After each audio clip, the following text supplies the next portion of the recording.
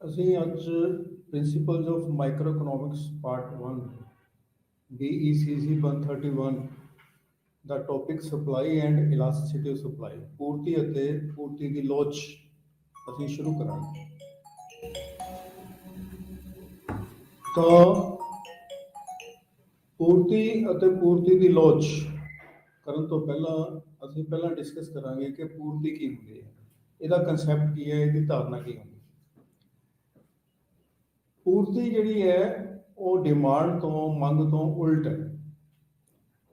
ਪੂਰਤੀ ਤੋਂ ਭਾਵ ਹੈ ਕਿ ਬਾਕੀ ਗੱਲਾਂ ਸਥਿਰ ਰਹਿਣ ਤੇ ਇੱਕ ਨਿਸ਼ਚਿਤ ਸਮੇਂ ਦੇ ਵਿੱਚ ਇੱਕ ਨਿਸ਼ਚਿਤ ਕੀਮਤ ਤੇ ਉਤਪਾਦਕ ਕਿੰਨੀ ਮਾਤਰਾ ਵਿੱਚ ਵਸਤੂਆਂ ਨੂੰ ਵੇਚਣ ਲਈ ਤਿਆਰ ਹੈ, ਵਸਤੂਆਂ ਦੀ ਪੂਰਤੀ ਕਰਨ ਨੂੰ ਤਿਆਰ ਹੋਣਾ। ਮੈਂ ਜੇ ਇਸ ਨੂੰ ਦੁਬਾਰਾ ਦੱਸਾਂ ਕਿ ਇੱਕ ਨਿਸ਼ਚਿਤ ਸਮੇਂ ਦੇ ਉੱਤੇ ਇੱਕ ਨਿਸ਼ਚਿਤ ਕੀਮਤ ਤੇ ਕਿੰਨੀ ਮਾਤਰਾ ਵਿੱਚ ਉਤਪਾਦਕ ਵਸਤੂਆਂ ਨੂੰ ਵੇਚਣ ਦੇ ਲਈ, ਵਸਤੂਆਂ ਦੀ ਪੂਰਤੀ ਕਰਨ ਦੇ ਲਈ ਤਿਆਰ ਹੁੰਦਾ ਹੈ। ਜਿਉਂ ਵਸਤੂਆਂ ਦੀ ਪੂਰਤੀ, ਵਸਤੂਆਂ ਦੀ ਕੀਮਤ ਜਿਹੜੀ ਹੈ ਵੱਧਦੀ ਹੈ, ਉਤਪਾਦਕ ਜਾਂ ਵੇਚਣ ਵਾਲਾ ਜ਼ਿਆਦਾ ਵਸਤੂਆਂ ਵੇਚਣ ਨੂੰ ਤਿਆਰ ਹੁੰਦਾ ਹੈ। ਜਦੋਂ ਕੀਮਤ ਘਟਦੀ ਹੈ ਤਾਂ ਉਤਪਾਦਕ ਜਾਂ ਵੇਚਣ ਵਾਲਾ ਵਸਤੂਆਂ ਨੂੰ ਘੱਟ ਵੇਚਣ ਦੇ ਲਈ ਤਿਆਰ ਹੈ। ਇਹ ਕਨਸੈਪਟ ਜਿਹੜਾ ਹੈ, ਧਾਰਨਾ ਪੂਰਤੀ ਦੀ ਧਾਰਨਾ ਨੂੰ ਸਮਝਣ ਦੇ ਲਈ ਜਿਹੜਾ ਲਾਅ ਆਫ ਡਿਮਾਂਡ ਹੈ ਜਾਂ ਡਿਮਾਂਡ ਹੈ, ਬਿਲਕੁਲ ਉਸ ਤੋਂ ਉਲਟ ਹੈ। ਤਾਂ ਇਹ ਤਾਂ ਹੋ ਗਈ ਪੂਰਤੀ। ਤਾਂ ਇਹਦਾ ਮਤਲਬ ਪੂਰਤੀ ਜਿਹੜੀ ਹੈ ਇੱਕ ਟਾਈਮ ਦੇ ਨਾਲ ਅਤੇ ਸਮੇਂ ਦੇ ਨਾਲ ਸੰਬੰਧਿਤ ਹੈ। ਤਾਂ ਪੂਰਤੀ ਤੋਂ ਇਲਾਵਾ ਅਸੀਂ ਫਿਰ ਹੁਣ ਡਿਸਕਸ ਕਰਦੇ ਹਾਂ ਕਿ ਪੂਰਤੀ ਦਾ ਨਿਯਮ, law of supply. Law of supply ਕੀ ਹੈ? ਲਾਅ ਆਫ ਸਪਲਾਈ ਕੀ ਹੈ ਕਿ ਬਾਕੀ ਗੱਲਾਂ ਸਥਿਰ ਰਹਿਣ ਦੇ ਉੱਤੇ ਜਦੋਂ ਕੀਮਤ ਵੱਧਦੀ ਹੈ, ਪੂਰਤੀ ਵੱਧਦੀ ਹੈ ਜਾਂ ਵੇਚਣ ਦੇ ਲਈ ਉਤਪਾਦਕ ਜਿਹੜਾ ਹੈ, ਵੇਚਣ ਵਾਲਾ ਜ਼ਿਆਦਾ ਵਸਤੂ ਵੇਚਣ ਨੂੰ ਤਿਆਰ ਹੁੰਦਾ।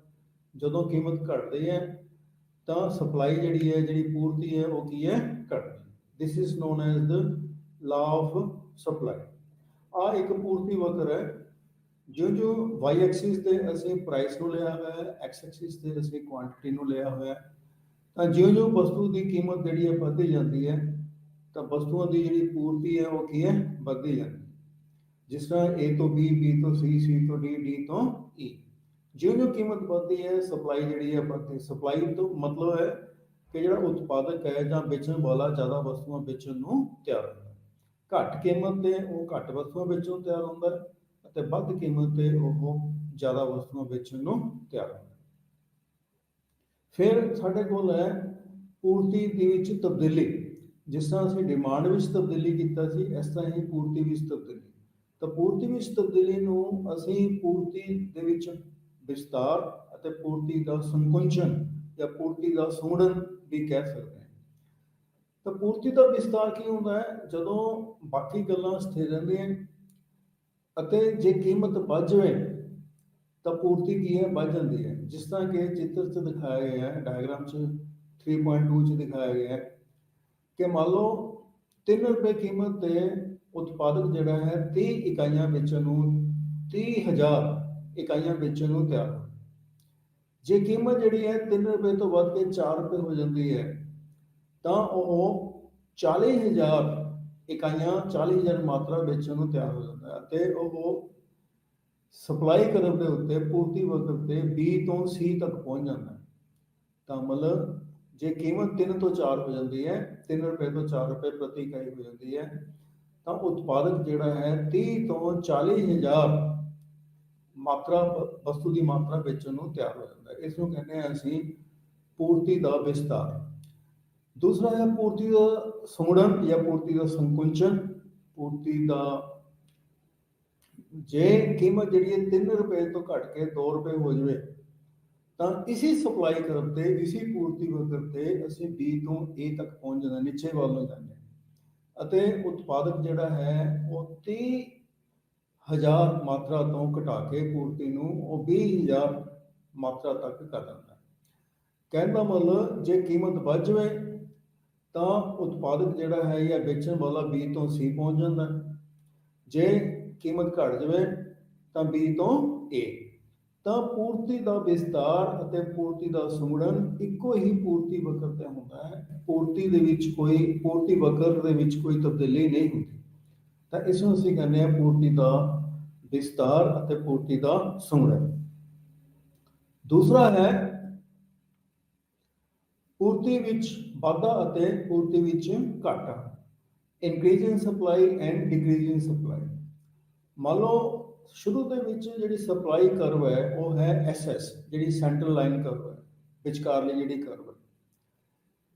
ਜੇ ਕੀਮਤ ਵਸਤੂ ਦੀ ਸਥਿਰ ਰਹੇ ਅਤੇ ਬਾਕੀ ਤੱਤਾਂ ਦੇ ਵਿੱਚ ਤਬਦੀਲੀ ਹੋ ਜਾਵੇ, ਤਾਂ ਬਾਕੀ ਤੱਤਾਂ ਦੇ ਵਿੱਚ ਆਪਾਂ ਕਰਾਂਗੇ ਹੁਣੇ ਕਿ ਕਿਹੜੇ ਕਿਹੜੇ ਤੱਤ ਜਿਹੜੇ ਨੇ ਪੂਰਤੀ ਨੂੰ ਪ੍ਰਭਾਵਿਤ ਕਰਦੇ ਆ, ਅਤੇ ਬਾਕੀ ਤੱਤਾਂ ਵਿੱਚ ਜੇ ਤਬਦੀਲੀ ਹੋ ਜਾਵੇ ਤਾਂ ਪੂਰਤੀ ਵਕਰ ਜਿਹੜੀ ਹੈ ਉਹ ਸੱਜੇ ਪਾਸੇ ਨੂੰ ਖਿਸਕ ਜਾਂਦੀ ਹੈ। ਜਿਸ ਤਰ੍ਹਾਂ S ਡਬਲ ਡੈਸ਼ ਅਤੇ S ਡਬਲ S ਜਿਸ ਤਰ੍ਹਾਂ ਲਿਖਿਆ ਹੋਇਆ ਇਨਕਰੀਜ਼ ਇਨ ਸਪਲਾਈ।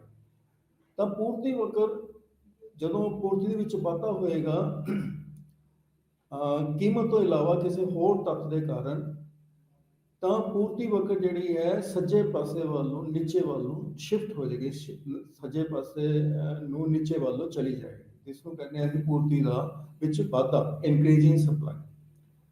ਅਤੇ ਜੇ ਕੀਮਤ ਸਥਿਰ ਰਹਿਣ ਤੇ ਬਾਕੀ ਤੱਤਾਂ ਦੇ ਵਿੱਚ ਕਮੀ ਆ ਜਾਂਦੀ ਹੈ ਜਾਂ ਬਾਕੀ ਕਿਸੇ ਤੱਤ ਦੇ ਵਿੱਚ ਕਮੀ ਆਉਣ ਦੇ ਕਾਰਨ ਪੂਰਤੀ ਜੇ ਘਟ ਜਾਵੇ ਤਾਂ ਸਪਲਾਈ ਕਰਵ ਜਿਹੜੀ ਹੈ ਉੱਪਰ ਪਾਸੇ ਨੂੰ ਖੱਬੇ ਪਾਸੇ ਮਤਲਬ ਲੈਫਟ ਹੈਂਡ ਸਾਈਡ ਤੇ ਚਲੀ ਜਾਂਦੀ ਹੈ, ਜਿਸ ਨੂੰ ਅਸੀਂ ਕਹਿੰਦੇ ਹਾਂ ਡਿਕਰੀਜ਼ ਇਨ ਸਪਲਾਈ, ਪੂਰਤੀ ਦੇ ਵਿੱਚ ਕਮੀ ਹੋਣਾ, ਪੂਰਤੀ ਦੇ ਵਿੱਚ ਘਾਟਾ ਹੋਣਾ। ਤਾਂ ਜਿਸ ਤਰ੍ਹਾਂ ਕਿ ਚਿੱਤਰ ਦੇ ਵਿੱਚ S ਡੈਸ਼ ਡਿਕਰੀਜ਼ਿੰਗ ਸਪਲਾਈ ਕਰਵ ਦੇ ਰੂਪ ਵਿੱਚ ਦਿਖਾਇਆ ਗਿਆ ਹੈ। ਤਾਂ ਇਹ ਸੀਗਾ ਪੂਰਤੀ ਦੇ ਵਿੱਚ ਤਬਦੀਲੀ। ਹੁਣ ਅਸੀਂ ਡਿਸਕਸ ਕਰਦੇ ਹਾਂ, ਇਹ ਤਾਂ ਸੀਗੀ ਚੇਂਜਿਸ ਇਨ ਸਪਲਾਈ। ਹੁਣ ਅਸੀਂ ਡਿਸਕਸ ਕਰਦੇ ਹਾਂ ਕਿ ਕਿਹੜੇ ਕਿਹੜੇ ਤੱਤ ਨੇ ਜਿਹੜੇ ਕਿ ਪੂਰਤੀ ਨੂੰ ਪ੍ਰਭਾਵਿਤ ਕਰਦੇ ਹਨ। ਤਾਂ ਪੂਰਤੀ ਨੂੰ ਪ੍ਰਭਾਵਿਤ ਕਰਨ ਵਾਲੇ ਜਿਹੜੇ ਤੱਤ ਹੈ, ਜਿਸ ਨੂੰ ਅਸੀਂ ਡਿਟਰਮੀਨੈਂਟਸ ਆਫ ਸਪਲਾਈ ਕਹਿੰਦੇ हैं ਜਾਂ ਫੈਕਟਰਸ ਅਫੈਕਟਿੰਗ ਦਾ ਸਪਲਾਈ ਜਾਂ ਫੈਕਟਰਸ ਇਨਫਲੂਐਂਸਿੰਗ ਦਾ ਸਪਲਾਈ। ਪਹਿਲਾ ਫੈਕਟਰ ਹੈ ਪ੍ਰਾਈਸ ਆਫ ਦਾ ਕਮੋਡਿਟੀ ਸਪਲਾਈਡ, ਕਿ ਜਿਹੜੀ ਵਸਤੂ ਨੂੰ ਅਸੀਂ ਸਪਲਾਈ ਕੀਮਤ ਕਿੰਨੀ ਹੈ। ਜਿਸ ਤਰ੍ਹਾਂ ਅਸੀਂ ਲਾਅ ਆਫ ਸਪਲਾਈ 'ਚ ਅਸੀਂ ਹੁਣੇ ਕੀਤਾ ਕਿ ਜੇ ਕੀਮਤ ਵੱਧ ਜਾਵੇ ਤਾਂ ਉਤਪਾਦਕ ਜ਼ਿਆਦਾ ਵਸਤੂਆਂ ਵੇਚਣ ਨੂੰ ਤਿਆਰ ਹੁੰਦਾ, ਜੇ ਕੀਮਤ ਘਟ ਜਾਵੇ ਤਾਂ ਉਤਪਾਦਕ ਜਿਹੜਾ ਹੈ ਘੱਟ ਵਸਤੂਆਂ ਵੇਚਣ ਨੂੰ ਤਿਆਰ ਹੁੰਦਾ। ਦੂਸਰਾ ਹੈ prices of factors of production ਔਰ ਕੋਸਟ ਆਫ ਪ੍ਰੋਡਕਸ਼ਨ, ਮਤਲਬ ਕਿ ਉਤਪਾਦਨ ਦੇ ਜਿਹੜੇ ਸਾਧਨ ਨੇ ਉਹਨਾਂ ਦੀ ਕੀਮਤ ਜਾਂ ਉਤਪਾਦਨ ਦੀ ਲਾਗਤ। ਜੇ ਫੈਕਟਰਸ ਆਫ ਪ੍ਰੋਡਕਸ਼ਨ ਉਤਪਾਦਨ ਦੇ ਸਾਧਨਾਂ ਦੀ ਕੀਮਤ ਜਿਹੜੀ ਹੈ ਵੱਧ ਜਾਂਦੀ ਹੈ ਤਾਂ ਇਸ ਦੀ ਕੋਸਟ ਆਫ ਪ੍ਰੋਡਕਸ਼ਨ, ਇਸ ਦੀ ਉਤਪਾਦਨ ਦੀ ਲਾਗਤ ਵੀ ਵੱਧ ਜਾਏਗੀ। ਉਤਪਾਦਨ ਦੀ ਲਾਗਤ ਵਧਣ ਦੇ ਕਾਰਨ ਉਦਮੀ ਨੂੰ ਲਾਭ ਜਿਹੜਾ ਹੈ ਉਹ ਘੱਟ ਹੋਏਗਾ। ਜੇ ਅਸੀਂ ਤਾਂ ਉਤਪਾਦਨ ਦੀ ਲਾਗਤ ਵਧਣ ਦੇ ਕਾਰਨ ਤਾਂ ਉਤਪਾਦਨ ਜਿਹੜਾ ਹੈ ਉਹ ਘੱਟ ਹੋਏਗਾ, ਜਾਂ ਅਸੀਂ ਕਹਿ ਸਕਦੇ ਹਾਂ ਕਿ ਸਪਲਾਈ ਆਫ ਕਮੋਡਿਟੀ ਜਿਹੜੀ ਹੈ, ਵਸਤੂ ਦੀ ਪੂਰਤੀ ਜਿਹੜੀ ਹੈ ਘੱਟ ਹੋਏਗੀ। ਅਤੇ ਜੇ ਉਤਪਾਦਨ ਦੀ ਲਾਗਤ ਜਿਹੜੀ ਹੈ ਘੱਟ ਹੋ ਜਾਵੇ, factors of production the price ਕੀ ਹੈ ਘੱਟ ਹੋ ਜਾਵੇ, ਤਾਂ ਇਸ ਨੂੰ ਤਾਂ ਉਤਪਾਦਕ ਨੂੰ ਪ੍ਰੋਤਸਾਹਨ ਮਿਲੇਗਾ ਜ਼ਿਆਦਾ ਉਤਪਾਦਨ ਕਰਨ ਦੇ ਲਈ। ਜੇ ਉਹ ਜ਼ਿਆਦਾ ਉਤਪਾਦਨ ਕਰੇਗਾ ਤਾਂ ਸਪਲਾਈ ਕੀ ਹੈ ਉਹ ਜ਼ਿਆਦਾ ਕਰੇਗਾ। ਤਾਂ ਮੈਂ ਇਸ ਨੂੰ ਦੁਬਾਰਾ ਫਿਰ ਦੱਸਦਾ ਕਿ ਜੇ ਕਿਸੇ ਵੀ ਕਾਰਨਵਸ਼ ਸਪੈਸ਼ਲੀ ਫੈਕਟਰਸ ਆਫ ਪ੍ਰੋਡਕਸ਼ਨ ਉਤਪਾਦਨ ਦੇ ਸਾਧਨਾਂ ਵਿੱਚ ਵਾਧਾ ਹੋਣ ਦੇ ਕਾਰਨ ਉਤਪਾਦਨ ਦੇ ਸਾਧਨਾਂ ਵਿੱਚ ਵਾਧਾ ਹੁੰਦਾ ਹੈ ਤਾਂ ਸਪਲਾਈ ਜਿਹੜੀ ਹੈ ਘੱਟ ਹੋਏਗੀ। ਜੇ ਉਤਪਾਦਨ ਦੇ ਸਾਧਨਾਂ ਵਿੱਚ ਕਮੀ ਹੁੰਦੀ ਹੈ ਜਾਂ ਉਤਪਾਦਨ ਦੀ ਲਾਗਤ ਜਿਹੜੀ ਹੈ ਘੱਟ ਹੋ ਜਾਂਦੀ ਹੈ ਤਾਂ ਸਪਲਾਈ ਦੇ ਵਿੱਚ ਵਾਧਾ ਹੋਏਗਾ। ਤੀਸਰਾ ਫੈਕਟਰ ਹੈ, ਤੀਸਰਾ ਜਿਹੜਾ ਤੱਤ ਹੈ ਉਹ ਹੈ ਪ੍ਰਾਈਸਿਸ ਆਫ ਅਦਰ ਗੁਡਸ, ਦੂਸਰੀ ਵਸਤੂਆਂ ਦੀਆਂ ਕੀਮਤਾਂ। ਬਾਕੀ ਗੱਲਾਂ ਸਥਿਰ ਰਹਿਣ ਤੇ ਜੇ ਦੂਸਰੀ ਵਸਤੂਆਂ ਦੀ ਕੀਮਤ ਜਿਹੜੀ ਹੈ ਘਟਦੀ ਹੈ ਤਾਂ ਉਸ ਕੇਸ ਦੇ ਵਿੱਚ ਵਸਤੂ ਦੀ ਪੂਰਤੀ ਕੀ ਹੈ ਵੱਧ ਜਾਏਗੀ, ਅਤੇ ਜੇ ਉਹਨਾਂ ਦੀ ਕੀਮਤ ਘਟਦੀ ਹੈ ਤਾਂ ਪੂਰਤੀ ਵੱਧ ਜਾਏਗੀ। ਜੇ ਦੂਸਰੀ ਵਸਤੂਆਂ ਦੀ ਕੀਮਤ ਵੱਧ ਜਾਵੇ ਤਾਂ ਵਸਤੂ ਦੀ ਕੀਮਤ ਸਪਲਾਈ ਜਿਹੜੀ ਹੈ ਉਹ ਘਟ ਜਾਏਗੀ। ਤਾਂ ਕਹਿਣ ਦਾ ਮਤਲਬ ਪ੍ਰਾਈਸਿਸ ਆਫ ਅਦਰ ਗੁੱਡਸ ਜੇ ਵੱਧ ਜਾਂਦੀ ਹੈ ਤਾਂ ਵਸਤੂ ਦੀ ਸਪਲਾਈ ਘਟ ਜਾਏਗੀ, ਜੇ ਵਾਈਸ ਵਰਸਾ ਇਹਨਾਂ ਦਾ ਜਿਹੜਾ ਸੰਬੰਧ ਹੈ ਜਿਹੜਾ ਹੈ ਉਲਟ ਹੈ। ਚੌਥਾ ਫੈਕਟਰ ਹੈ ਦਾ ਸਟੇਟ ਆਫ ਟੈਕਨੋਲੋਜੀ, ਜਿਹੜੀ ਟੈਕਨੋਲੋਜੀ ਹੈ ਉਸ ਦੀ ਕੀ ਹਾਲਤ ਹੈ। ਜੇ over a period of time ਉਤਪਾਦਨ ਦੀ ਲਾਗਤ ਦੇ ਵਿੱਚ ਸੁਧਾਰ ਹੁੰਦਾ ਹੈ, ਲੋਕਾਂ ਨੂੰ ਨਵੀਆਂ ਟੈਕਨੋਲੋਜੀ ਜਿਹੜੀ ਹੈ ਉਹ ਇੰਪਰੂਵਮੈਂਟ ਹੁੰਦੀ ਹੈ, ਟੈਕਨੋਲੋਜੀ ਦੇ ਵਿੱਚ ਇੰਪਰੂਵਮੈਂਟ ਹੁੰਦੀ ਹੈ, ਉਤਪਾਦਨ ਤਕਨੀਕ ਵਿੱਚ ਸੁਧਾਰ ਹੁੰਦਾ ਹੈ, ਜਿਸ ਦੇ ਨਾਲ ਉਤਪਾਦਨ ਦੀ ਲਾਗਤ ਜਿਹੜੀ ਹੈ ਘੱਟ ਹੋ ਜਾਂਦੀ ਹੈ। ਤਾਂ ਉਤਪਾਦਨ ਦੀ ਲਾਗਤ ਘੱਟ ਹੋਣ ਦੇ ਕਾਰਨ ਕੀ ਹੋਏਗਾ, ਸਪਲਾਈ ਦੇ ਵਿੱਚ ਵਾਧਾ ਹੋਏਗਾ। ਫਿਰ ਹੈ ਗੋਲਸ ਆਫ ਦਾ ਪ੍ਰੋਡਿਊਸਰ, ਕਿ ਪ੍ਰੋਡਿਊਸਰ ਦੇ ਜਿਹੜਾ ਉਤਪਾਦਕ ਹੈ ਉਹਦਾ ਕੀ ਆਬਜੈਕਟਿਵ ਹੈ, ਕੀ ਉਸਦਾ ਉਦੇਸ਼ ਹੈ, ਕੀ ਉਸਦਾ ਗੋਲ ਹੈ। ਤਾਂ ਜੇ ਜਿਹੜਾ ਇਹ ਆਬਜੈਕਟਿਵ ਹੈ ਜਾਂ ਜਿਹੜਾ ਉਦੇਸ਼ ਹੈ, ਜਿਹੜਾ ਇਸ ਦਾ ਗੋਲ ਹੈ, ਉਹ ਵੀ ਵਸਤੂ ਦੀ ਪੂਰਤੀ ਤੇ ਇਫੈਕਟ ਕਰਦਾ ਹੈ। ਜੇ ਉਤਪਾਦਕ ਦਾ ਗੋਲ, ਉਤਪਾਦਕ ਦਾ ਉਦੇਸ਼ ਵੱਧ ਤੋਂ ਵੱਧ ਲਾਭ ਪ੍ਰਾਪਤ ਕਰਨਾ ਹੈ ਤਾਂ ਉਹ ਕੀ ਕਰੇਗਾ, ਜ਼ਿਆਦਾ ਲਾਭ ਕਰਨ ਦੇ ਲਈ ਵਸਤੂਆਂ ਦੀ ਸੇਲ ਕੀ ਹੈ ਜ਼ਿਆਦਾ ਕਰੇਗਾ, ਅਰਥਾਤ ਉਹ ਜ਼ਿਆਦਾ ਵਸਤੂਆਂ ਵੇਚਣ ਨੂੰ ਤਿਆਰ ਹੋਏਗਾ, ਸਪਲਾਈ ਕੀ ਹੈ ਜ਼ਿਆਦਾ ਹੋਏਗੀ। ਇਹਨਾਂ ਸਾਰਿਆਂ ਤੋਂ ਇਲਾਵਾ ਲਾਸਟ ਜਿਹੜਾ ਫੈਕਟਰ ਅਸੀਂ ਕਹਿ ਸਕਦੇ ਹਾਂ ਕਿ ਅਦਰ ਫੈਕਟਰਸ ਦੇ ਵਿੱਚ ਕੀ ਹੈ ਕਿ ਬਹੁਤ ਸਾਰੇ ਹੋਰ ਫੈਕਟਰਸ ਹੈ ਜਿਹੜੇ ਕਿ ਸਪਲਾਈ ਨੂੰ ਅਫੈਕਟ ਕਰਦੇ ਹੈ, ਜਿਸ ਤਰ੍ਹਾਂ government the policy, fear of ਵਾਰ ਕਿ ਆਉਣ ਵਾਲੇ ਸਮੇਂ ਵਿੱਚ ਲੜਾਈ ਤਾਂ ਨਹੀਂ ਹੋਏਗੀ, ਅਨਐਕਸਪੈਕਟਿਡ ਕਲਾਈਮੇਟਿਕ ਕੰਡੀਸ਼ਨ ਕਿ ਆਉਣ ਵਾਲੇ ਸਮੇਂ ਦੇ ਵਿੱਚ ਮੌਸਮ ਕਿਹੋ ਜਿਹਾ ਹੋਏਗਾ, ਅਚਾਨਕ ਮੌਸਮ ਦੇ ਵਿੱਚ ਤਬਦੀਲੀ ਹੋ ਜਾਂਦੀ ਹੈ। ਫਿਰ ਫਿਊਚਰ ਦੇ ਵਿੱਚ ਸੰਭਾਵਿਤ ਕੀਮਤ ਕਿ ਕੀਮਤ ਜਿਹੜੀ ਹੈ ਵਧੇਗੀ ਜਾਂ ਘਟੇਗੀ। ਫਿਰ ਜਿਹੜੀਆਂ ਗਰੋਇੰਗ ਇਨਕੁਆਲਿਟੀਜ਼ ਆਫ ਇਨਕਮ ਕਿ ਆਉਣ ਵਾਲੇ ਸਮੇਂ ਦੇ ਵਿੱਚ ਆਮਦਨ ਦੇ ਵਿੱਚ ਜਿਹੜੀ ਅਸਮਾਨਤਾ ਵਧੇਗੀ ਜਾਂ ਘਟੇਗੀ। ਇਹ ਬਹੁਤ ਸਾਰੇ ਫੈਕਟਰਸ ਨੇ ਜਿਹੜੇ ਕਿ ਉਦਮੀ ਤੇ ਪ੍ਰੋਫਿਟ ਤੇ ਇਫੈਕਟ ਕਰਦੇ ਨੇ। ਜੇ ਉਸਨੂੰ ਇਸ ਗੱਲ ਦੀ ਉਮੀਦ ਹੋਵੇ ਕਿ ਆਉਣ ਵਾਲੇ ਸਮੇਂ ਵਿੱਚ ਇਸ ਦੇ ਵਿੱਚੋਂ ਇੱਕ ਫੈਕਟਰ ਦੇ ਕਾਰਨ, ਇੱਕ ਤੱਤ ਦੇ ਕਾਰਨ ਜਾਂ ਬਾਕੀ ਤੱਤਾਂ ਦੇ ਕਾਰਨ ਉਸਦਾ ਲਾਭ ਕੀ ਹੈ ਜ਼ਿਆਦਾ ਹੋਏਗਾ, ਤਾਂ ਲਾਭ ਜ਼ਿਆਦਾ ਦੀ ਦ੍ਰਿਸ਼ਟੀ ਤੋਂ ਉਹ ਸਪਲਾਈ ਕੀ ਹੈ ਜ਼ਿਆਦਾ ਕਰੇਗਾ। ਜੇ ਉਸਨੂੰ ਇਹ ਸਾਰੀਆਂ ਗੱਲਾਂ ਦੇ ਕਾਰਨ ਲੱਗੇ ਕਿ ਲਾਭ ਮੇਰਾ ਘੱਟ ਹੋਏਗਾ ਜਾਂ ਕਿਸੇ ਕਾਰਨ ਕਿਸੇ ਇੱਕ ਤੱਤ ਦੇ ਕਾਰਨ ਉਹਨੂੰ ਲੱਗੇ ਕਿ ਲਾਭ ਮੇਰਾ ਘੱਟ ਹੋਏਗਾ, ਤਾਂ ਉਹ ਸਪਲਾਈ ਕੀ ਹੈ ਘੱਟ ਕਰੇਗਾ। ਤਾਂ ਇਹ ਸੀਗਾ ਕਿ ਕਿਹੜੇ ਤੱਤ ਹੈ ਜਿਹੜੇ ਕਿ ਸਪਲਾਈ ਨੂੰ ਇਫੈਕਟ ਕਰਦੇ ਹਨ। ਅਸੀਂ ਸਪਲਾਈ ਕਰਵ ਡਿਸਕਸ ਕਰ ਚੁੱਕੇ ਹਾਂ। ਤਾਂ ਇਸ ਤੋਂ ਇਲਾਵਾ ਅਸੀਂ ਡਿਸਕਸ ਕਰਦੇ ਹਾਂ ਕਿ ਇਲਾਸਟਿਸਿਟੀ ਆਫ ਸਪਲਾਈ ਜਿਹੜੀ ਹੈ ਉਹ ਕੀ ਹੈ। ਤਾਂ ਇਲਾਸਟਿਸਿਟੀ ਆਫ ਜਿਹੜੀ ਸਪਲਾਈ ਹੈ, ਪੂਰਤੀ ਦੀ ਜਿਹੜੀ ਲਚਕ ਹੈ, ਉਹ ਕੀ ਹੁੰਦੀ ਹੈ। ਜਿਸ ਤਰ੍ਹਾਂ ਅਸੀਂ ਇਲਾਸਟਿਸਿਟੀ ਆਫ ਡਿਮਾਂਡ 'ਚ ਕੀਤਾ ਸੀ, ਤਾਂ ਇਸ ਤਰ੍ਹਾਂ ਹੀ ਅਸੀਂ ਇਲਾਸਟਿਸਿਟੀ ਆਫ ਸਪਲਾਈ ਦੀ ਡਿਸਕਸ ਕਰਨੀ ਹੈ। ਇਲਾਸਟਿਸਿਟੀ ਆਫ ਸਪਲਾਈ ਆ ਹੈ ਕੰਸੈਪਟ ਐਂਡ ਮੇਜਰਮੈਂਟ, ਮਤਲਬ ਕਿ ਪੂਰਤੀ ਦੀ ਲੋਚ ਜਿਹੜੀ ਹੈ ਕੀ ਹੁੰਦੀ ਹੈ। ਆਪੂਰਤੀ ਦੀ ਲੋਚ ਕੀ ਹੁੰਦੀ ਹੈ, ਇਸ ਨੂੰ ਅਸੀਂ ਡਿਫਾਈਨ ਕਰਦੇ ਹਾਂ, ਇਸ ਦੀ ਅਸੀਂ ਪਰਿਭਾਸ਼ਾ ਦਿੰਦੇ ਹਾਂ।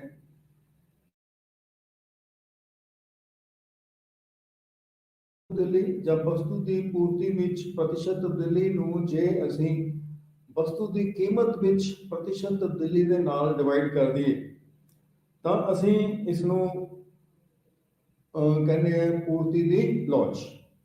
ਮੈਂ ਰਿਪੀਟ ਕਰਦਾ ਕਿ ਜੇ ਵਸਤੂ ਦੀ ਪੂਰਤੀ ਵਿੱਚ ਅਨੁਪਾਤਿਕ ਤਬਦੀਲੀ ਅਤੇ ਵਸਤੂ ਦੀ ਕੀਮਤ ਵਿੱਚ ਅਨੁਪਾਤਿਕ ਤਬਦੀਲੀ ਦੇ ਅਨੁਪਾਤ ਨੂੰ ਅਸੀਂ ਪੂਰਤੀ ਦੀ ਲੋਚ ਕਹਿੰਦੇ ਹਾਂ।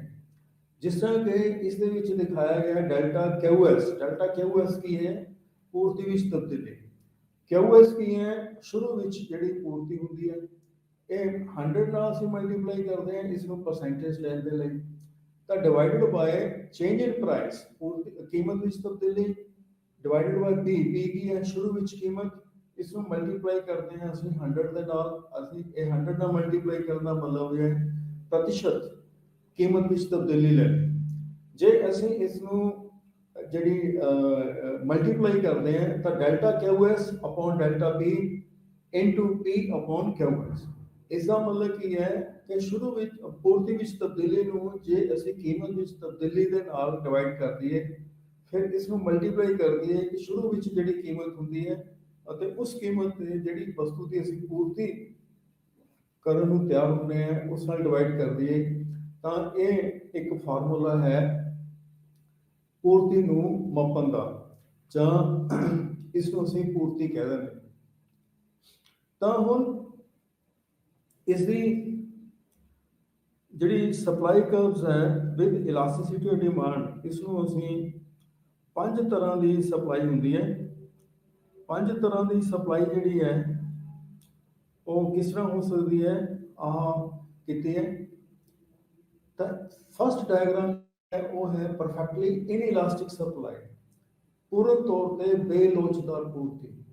ਪੂਰਨ ਤੌਰ ਤੇ ਬੇਲੋਚਦਾਰ ਪੂਰਤੀ ਕੀ ਹੁੰਦੀ ਹੈ ਕਿ ਜਦੋਂ ਕੀਮਤ ਵਿੱਚ ਤਾਂ ਤਬਦੀਲੀ ਹੋਵੇ ਪਰੰਤੂ ਵਸਤੂ ਦੀ ਮਾਤਰਾ ਵਿੱਚ ਕੋਈ ਤਬਦੀਲੀ ਨਾ ਹੋਵੇ, ਤਾਂ ਇਸ ਨੂੰ ਅਸੀਂ ਕਹਿੰਦੇ ਹਾਂ ਪੂਰਨ ਬੇਲੋਚਦਾਰ ਪੂਰਤੀ। ਤਾਂ ਪੂਰਨ ਬੇਲੋਚਦਾਰ ਪੂਰਤੀ ਜਿਸ ਤਰ੍ਹਾਂ ਕਿ ਮੈਂ ਦੱਸ ਚੁੱਕਿਆ ਕਿ ਕੀਮਤ ਵਿੱਚ ਤਾਂ ਤਬਦੀਲੀ ਹੋ ਰਹੀ ਹੈ ਪਰੰਤੂ ਜਿਹੜਾ ਉਤਪਾਦਕ ਹੈ ਜਾਂ ਜਿਹੜਾ ਵੇਚਣ ਵਾਲਾ ਹੈ ਉਹ ਇੱਕੋ ਹੀ ਮਾਤਰਾ ਦੇ ਵਿੱਚ ਵਸਤੂ ਦੀ ਪੂਰਤੀ ਕਰਦਾ ਹੈ, ਉਸ ਦੀ ਮਾਤਰਾ ਵਿੱਚ ਕੋਈ ਘਾਟਾ ਵਾਧਾ ਨਹੀਂ ਹੁੰਦਾ।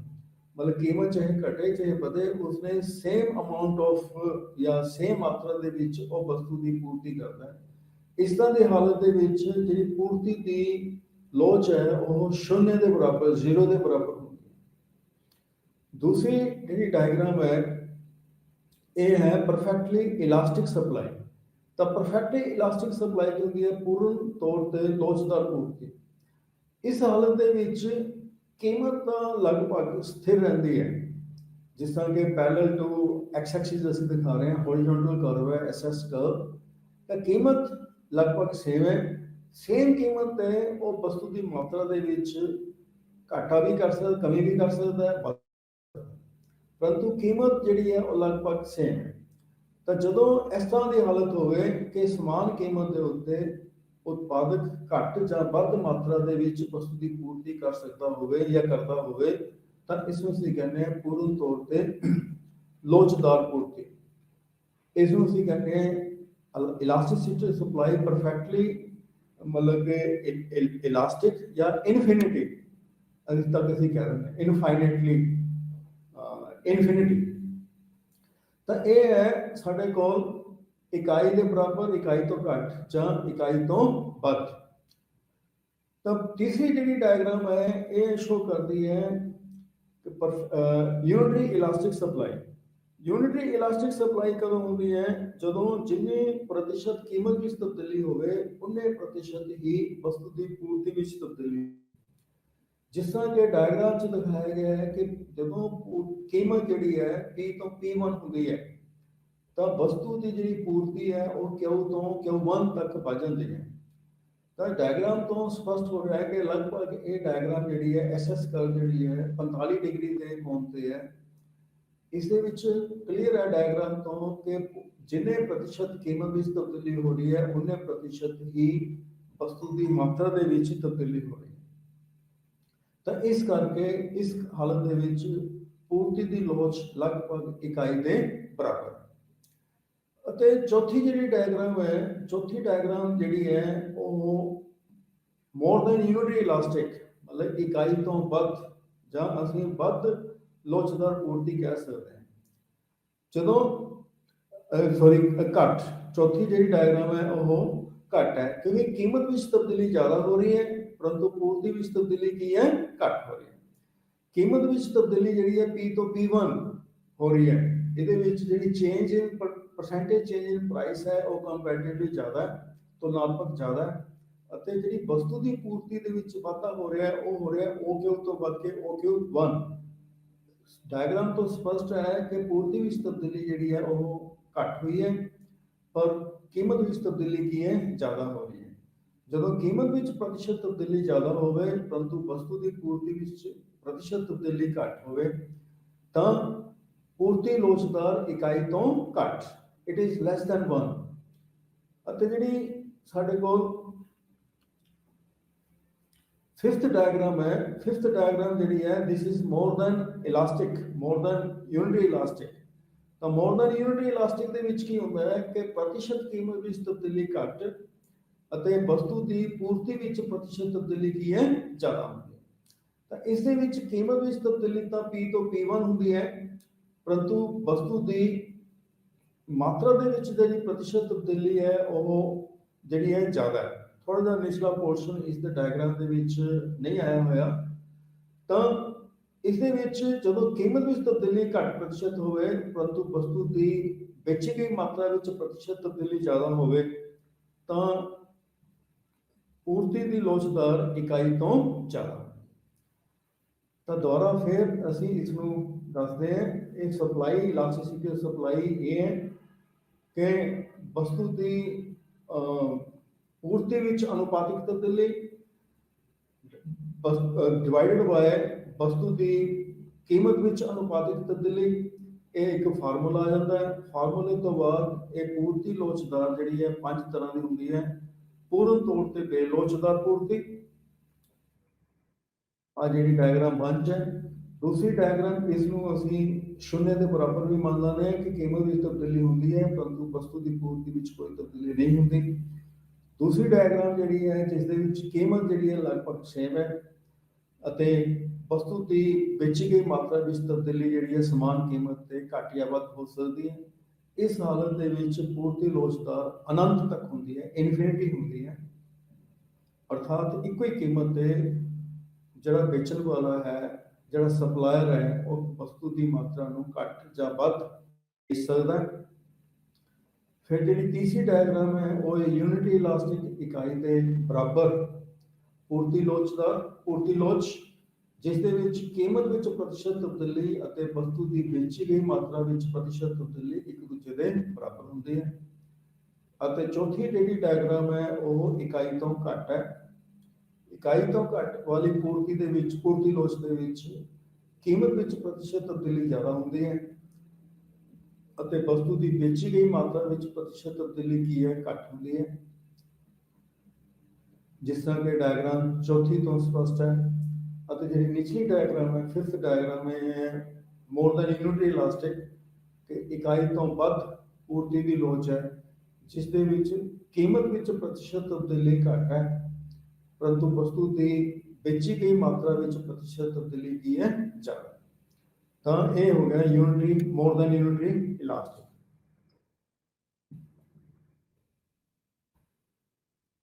ਇਹ ਸੀਗੀ supply curves with different elasticity of supply. ਹੁਣ ਅਸੀਂ ਡਿਸਕਸ ਕਰਦੇ ਹਾਂ ਡਿਟਰਮੀਨੈਂਟਸ ਜਾਂ determination of elasticity of supply ਕਿ ਪੂਰਤੀ ਲੋਚ ਨੂੰ ਪ੍ਰਭਾਵਿਤ ਕਰਨ ਵਾਲੇ ਤੱਤ। ਪੂਰਤੀ ਲੋਚ ਨੂੰ ਪ੍ਰਭਾਵਿਤ ਕਰਨ ਵਾਲੇ ਬਹੁਤ ਸਾਰੇ ਤੱਤ ਹੁੰਦੇ ਹਨ, ਜਿਸ ਤਰ੍ਹਾਂ ਕਿ number 1 behaviour of cost as output varies. ਜਦੋਂ ਇਹਦਾ ਮਤਲਬ ਕੀ ਹੋ ਗਿਆ behaviour of cost as output varies, ਜਦੋਂ ਉਤਪਾਦਨ ਦੇ ਵਿੱਚ ਤਬਦੀਲੀ ਹੁੰਦੀ ਹੈ, ਉਤਪਾਦਨ ਦੇ ਵਿੱਚ ਵੇਰੀਏਸ਼ਨ ਹੁੰਦੀ ਹੈ ਤਾਂ ਉਦੋਂ ਕਾਸਟ ਦਾ ਬਿਹੇਵੀਅਰ ਕੀ ਹੁੰਦੀ ਹੈ। ਜਦੋਂ ਕਿਸੇ ਵਸਤੂ ਦੀ ਉਤਪਾਦਨ ਦੇ ਵਿੱਚ ਵਾਧਾ ਹੁੰਦਾ ਹੈ ਤਾਂ ਕੁੱਲ ਲਾਗਤ ਦੇ ਵਿੱਚ ਵਾਧੇ ਦੀ ਪ੍ਰਵਿਰਤੀ ਹੁੰਦੀ ਹੈ, ਮਤਲਬ ਉਤਪਾਦਨ ਵਧਣ ਦੇ ਨਾਲ ਨਾਲ ਲਾਗਤ ਦੇ ਵਿੱਚ ਵਧਣ ਦੀ ਪ੍ਰਵਿਰਤੀ ਹੁੰਦੀ ਹੈ। ਲੇਕਿਨ ਇਹ ਜਿਸ ਦਰ ਦੇ ਨਾਲ ਉਤਪਾਦਨ ਦੇ ਵਿੱਚ ਵਾਧਾ ਹੁੰਦਾ ਹੈ, ਉਤਪਾਦਨ ਦੀ ਲਾਗਤ ਦੇ ਵਿੱਚ ਵਾਧਾ ਉਸੇ ਦਰ ਦੇ ਨਾਲ ਨਹੀਂ ਹੁੰਦਾ। ਜ਼ਰੂਰੀ ਨਹੀਂ ਹੈ ਕਿ ਉਸੇ ਦਰ ਦੇ ਨਾਲ ਹੋਵੇ। ਤਾਂ ਆਮ ਤੌਰ ਤੇ ਕੀ ਹੁੰਦਾ ਹੈ, ਸ਼ੁਰੂ ਦੇ ਵਿੱਚ ਟੋਟਲ ਕਾਸਟ ਜਿਹੜੀ ਹੈ ਉਹ ਘਟਦੀ ਦਰ ਨਾਲ ਵੱਧਦੀ ਹੈ, ਫਿਰ ਕਨਸਟੈਂਟ ਦਰ ਦੇ ਨਾਲ, ਸਥਿਰ ਦਰ ਦੇ ਨਾਲ ਵੱਧਦੀ ਹੈ ਅਤੇ ਬਾਅਦ ਦੇ ਵਿੱਚ ਵੱਧਦੀ ਦਰ ਨਾਲ ਵੱਧਦੀ। ਜੇ ਕਾਸਟ ਆਫ ਪ੍ਰੋਡਕਸ਼ਨ, ਜੇ ਉਤਪਾਦਨ ਦੀ ਲਾਗਤ ਦੇ ਵਿੱਚ ਉਤਪਾਦਨ ਵਧਣ ਦੇ ਨਾਲ ਤੇਜ਼ੀ ਵਿੱਚ ਵਾਧਾ ਹੋਵੇ ਤਾਂ ਉਸ ਹਾਲਤ ਦੇ ਵਿੱਚ ਉਤਪਾਦਨ ਜਿਹੜਾ ਹੈ ਘੱਟ ਵੱਧਦਾ ਹੈ ਤਾਂ supply will tend to be less elastic, ਤਾਂ ਪੂਰਤੀ ਦੀ ਲਚਕਤਾ ਜਿਹੜੀ ਲੋਚ ਹੈ ਜਿਹੜੀ ਹੈ ਉਹ ਘੱਟ ਹੋਏ। ਦੂਸਰੇ ਪਾਸੇ ਜੇ ਟੋਟਲ ਕਾਸਟ ਜਿਹੜੀ ਹੈ ਵਧੇ ਪਰ ਸਲੋਲੀ ਵਧੇ, ਉਤਪਾਦਨ ਦੀ ਲਾਗਤ ਦੇ ਨਾਲੋਂ ਘੱਟ ਵਧੇ ਤਾਂ ਉਸ ਹਾਲਤ ਦੇ ਵਿੱਚ ਤਾਂ ਪ੍ਰੋਡਕਸ਼ਨ ਦੇ ਵਿੱਚ ਵਾਧਾ ਜਿਹੜਾ ਹੈ ਉਹ ਤੇਜ਼ੀ ਨਾਲ ਹੋਏਗਾ ਤਾਂ ਉਸ ਹਾਲਤ ਦੇ ਵਿੱਚ ਸਪਲਾਈ ਜਿਹੜੀ ਹੈ ਉਹ ਜ਼ਿਆਦਾ ਇਲਾਸਟਿਕ ਹੋਏਗੀ।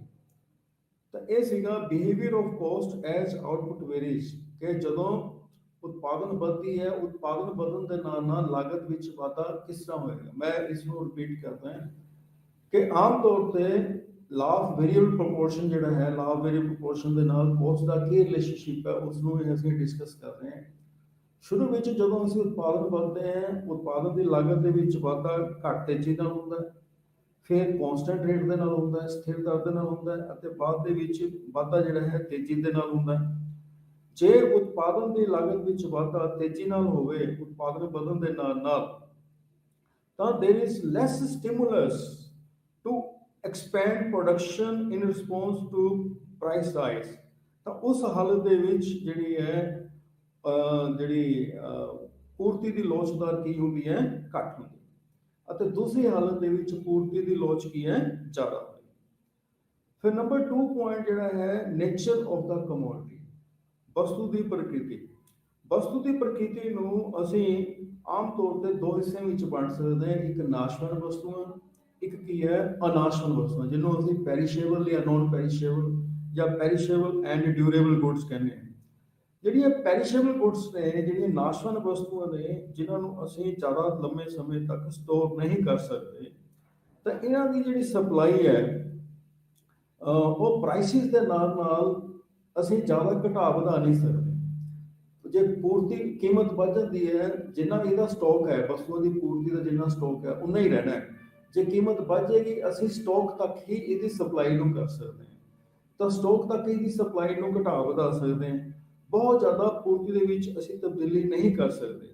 ਤਾਂ ਸਪਲਾਈ ਆਫ ਪੈਰੀਸ਼ੇਬਲ ਗੁੱਡਸ ਜਿਹੜੀਆਂ ਨੇ, ਜਿਹੜੀਆਂ ਨਾਸ਼ਵਾਨ ਵਸਤੂਆਂ ਦੀ ਜਿਹੜੀ ਪੂਰਤੀ ਦੀ ਲੋਚ ਹੈ, ਉਹ ਕੀ ਹੁੰਦੀ ਹੈ, ਬੇਲੋਚਦਾਰ ਹੁੰਦੀ ਹੈ, ਇਨਇਲਾਸਟਿਕ ਹੁੰਦੀ ਹੈ, ਕਿਉਂਕਿ ਕੀਮਤ ਵਿੱਚ ਤਬਦੀਲੀ ਹੋਣ ਦੇ ਨਾਲ ਅਸੀਂ ਇਸ ਦੀ ਪੂਰਤੀ ਦੇ ਵਿੱਚ ਬਹੁਤ ਜ਼ਿਆਦਾ ਤਬਦੀਲੀ ਨਹੀਂ ਕਰ ਸਕਦੇ।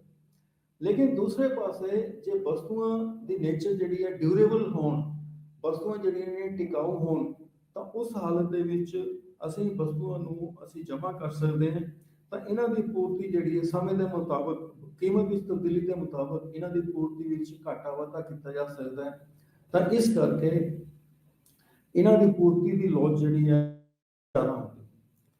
ਤੀਸਰਾ ਫੈਕਟਰ ਜਿਹੜਾ ਅਸੀਂ ਲੈਂਦੇ ਹਾਂ, ਤੀਸਰਾ ਜਿਹੜਾ ਡਿਟਰਮੀਨੈਂਟ ਅਸੀਂ ਲੈਂਦੇ ਹਾਂ, ਉਸ ਨੂੰ ਅਸੀਂ ਲੈਂਦੇ ਹਾਂ ਟਾਈਮ, ਸਮਾਂ। ਸਮਾਂ ਕੀ ਹੈ, ਜੇ ਸਮਾਂ ਸਾਡੇ ਕੋਲ ਘੱਟ ਹੋਵੇ ਤਾਂ ਘੱਟ ਸਮੇਂ ਦੇ ਵਿੱਚ ਅਸੀਂ ਪੂਰਤੀ ਦੇ ਵਿੱਚ ਬਹੁਤ ਜ਼ਿਆਦਾ ਤਬਦੀਲੀ ਨਹੀਂ ਕਰ ਸਕਦੇ। ਅਸੀਂ ਜਿਹੜੇ ਫੈਕਟਰੀਜ਼ ਆਫ ਪ੍ਰੋਡਕਸ਼ਨ ਦੇ ਵਿੱਚ ਤਬਦੀਲੀ ਨਹੀਂ ਜ਼ਿਆਦਾ ਕਰ ਸਕਦੇ, ਅਸੀਂ ਪਲਾਂਟ ਦੇ ਵਿੱਚ ਤਬਦੀਲੀ ਨਹੀਂ ਕਰ ਸਕਦੇ।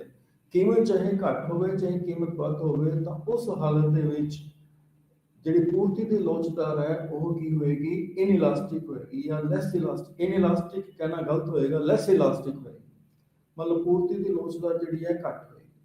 ਲੇਕਿਨ ਜੇ ਸਮਾਂ ਸਾਡੇ ਕੋਲ ਜ਼ਿਆਦਾ ਹੋਵੇ, ਮਤਲਬ ਕਿ ਇੱਕ ਸਮਾਂ ਉਤਪਾਦਕ ਕੋਲ ਜ਼ਿਆਦਾ ਟਾਈਮ ਮਿਲ ਜਾਵੇ ਅਤੇ ਉਸਦਾ ਉਹ ਜ਼ਿਆਦਾ ਸਮੇਂ ਦੇ ਵਿੱਚ ਲੋੜ ਦੇ ਮੁਤਾਬਕ, ਕੀਮਤ ਵਿੱਚ ਤਬਦੀਲੀ ਦੇ ਮੁਤਾਬਕ ਉਹ ਵਸਤੂ ਦੀ ਪੂਰਤੀ ਦੇ ਵਿੱਚ ਘਾਟਾ ਵਾਧਾ ਕਰ ਸਕਦਾ ਹੈ, ਤਾਂ ਉਸ ਹਾਲਤ ਦੇ ਵਿੱਚ ਅਸੀਂ ਕਹਿ ਸਕਦੇ ਹਾਂ ਪੂਰਤੀ ਦੀ ਲੋਚ ਜਿਹੜੀ ਹੈ ਉਹ ਜ਼ਿਆਦਾ ਹੈ। ਫਿਰ ਇਸੇ ਤਰ੍ਹਾਂ ਪ੍ਰਾਈਸ ਐਕਸਪੈਕਟੇਸ਼ਨ, ਕਿ ਆਉਣ ਵਾਲੇ ਸਮੇਂ ਦੇ ਵਿੱਚ ਕੀਮਤ ਵਧਣ ਦੀ ਆਸ ਹੈ, ਵਧਣ ਦੀ ਉਮੀਦ ਹੈ, ਜਾਂ ਕੀਮਤ ਘਟਣ ਦੀ ਉਮੀਦ ਹੈ।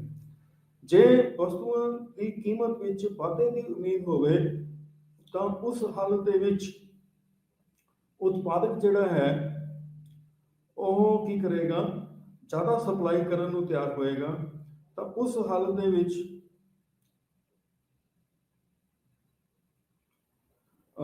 ਜਿਹੜੀ ਪੂਰਤੀ ਦੀ ਲੋਚਦਾ ਜਿਹੜੀ ਆ ਉਹ ਘੱਟ ਹੋਏਗੀ।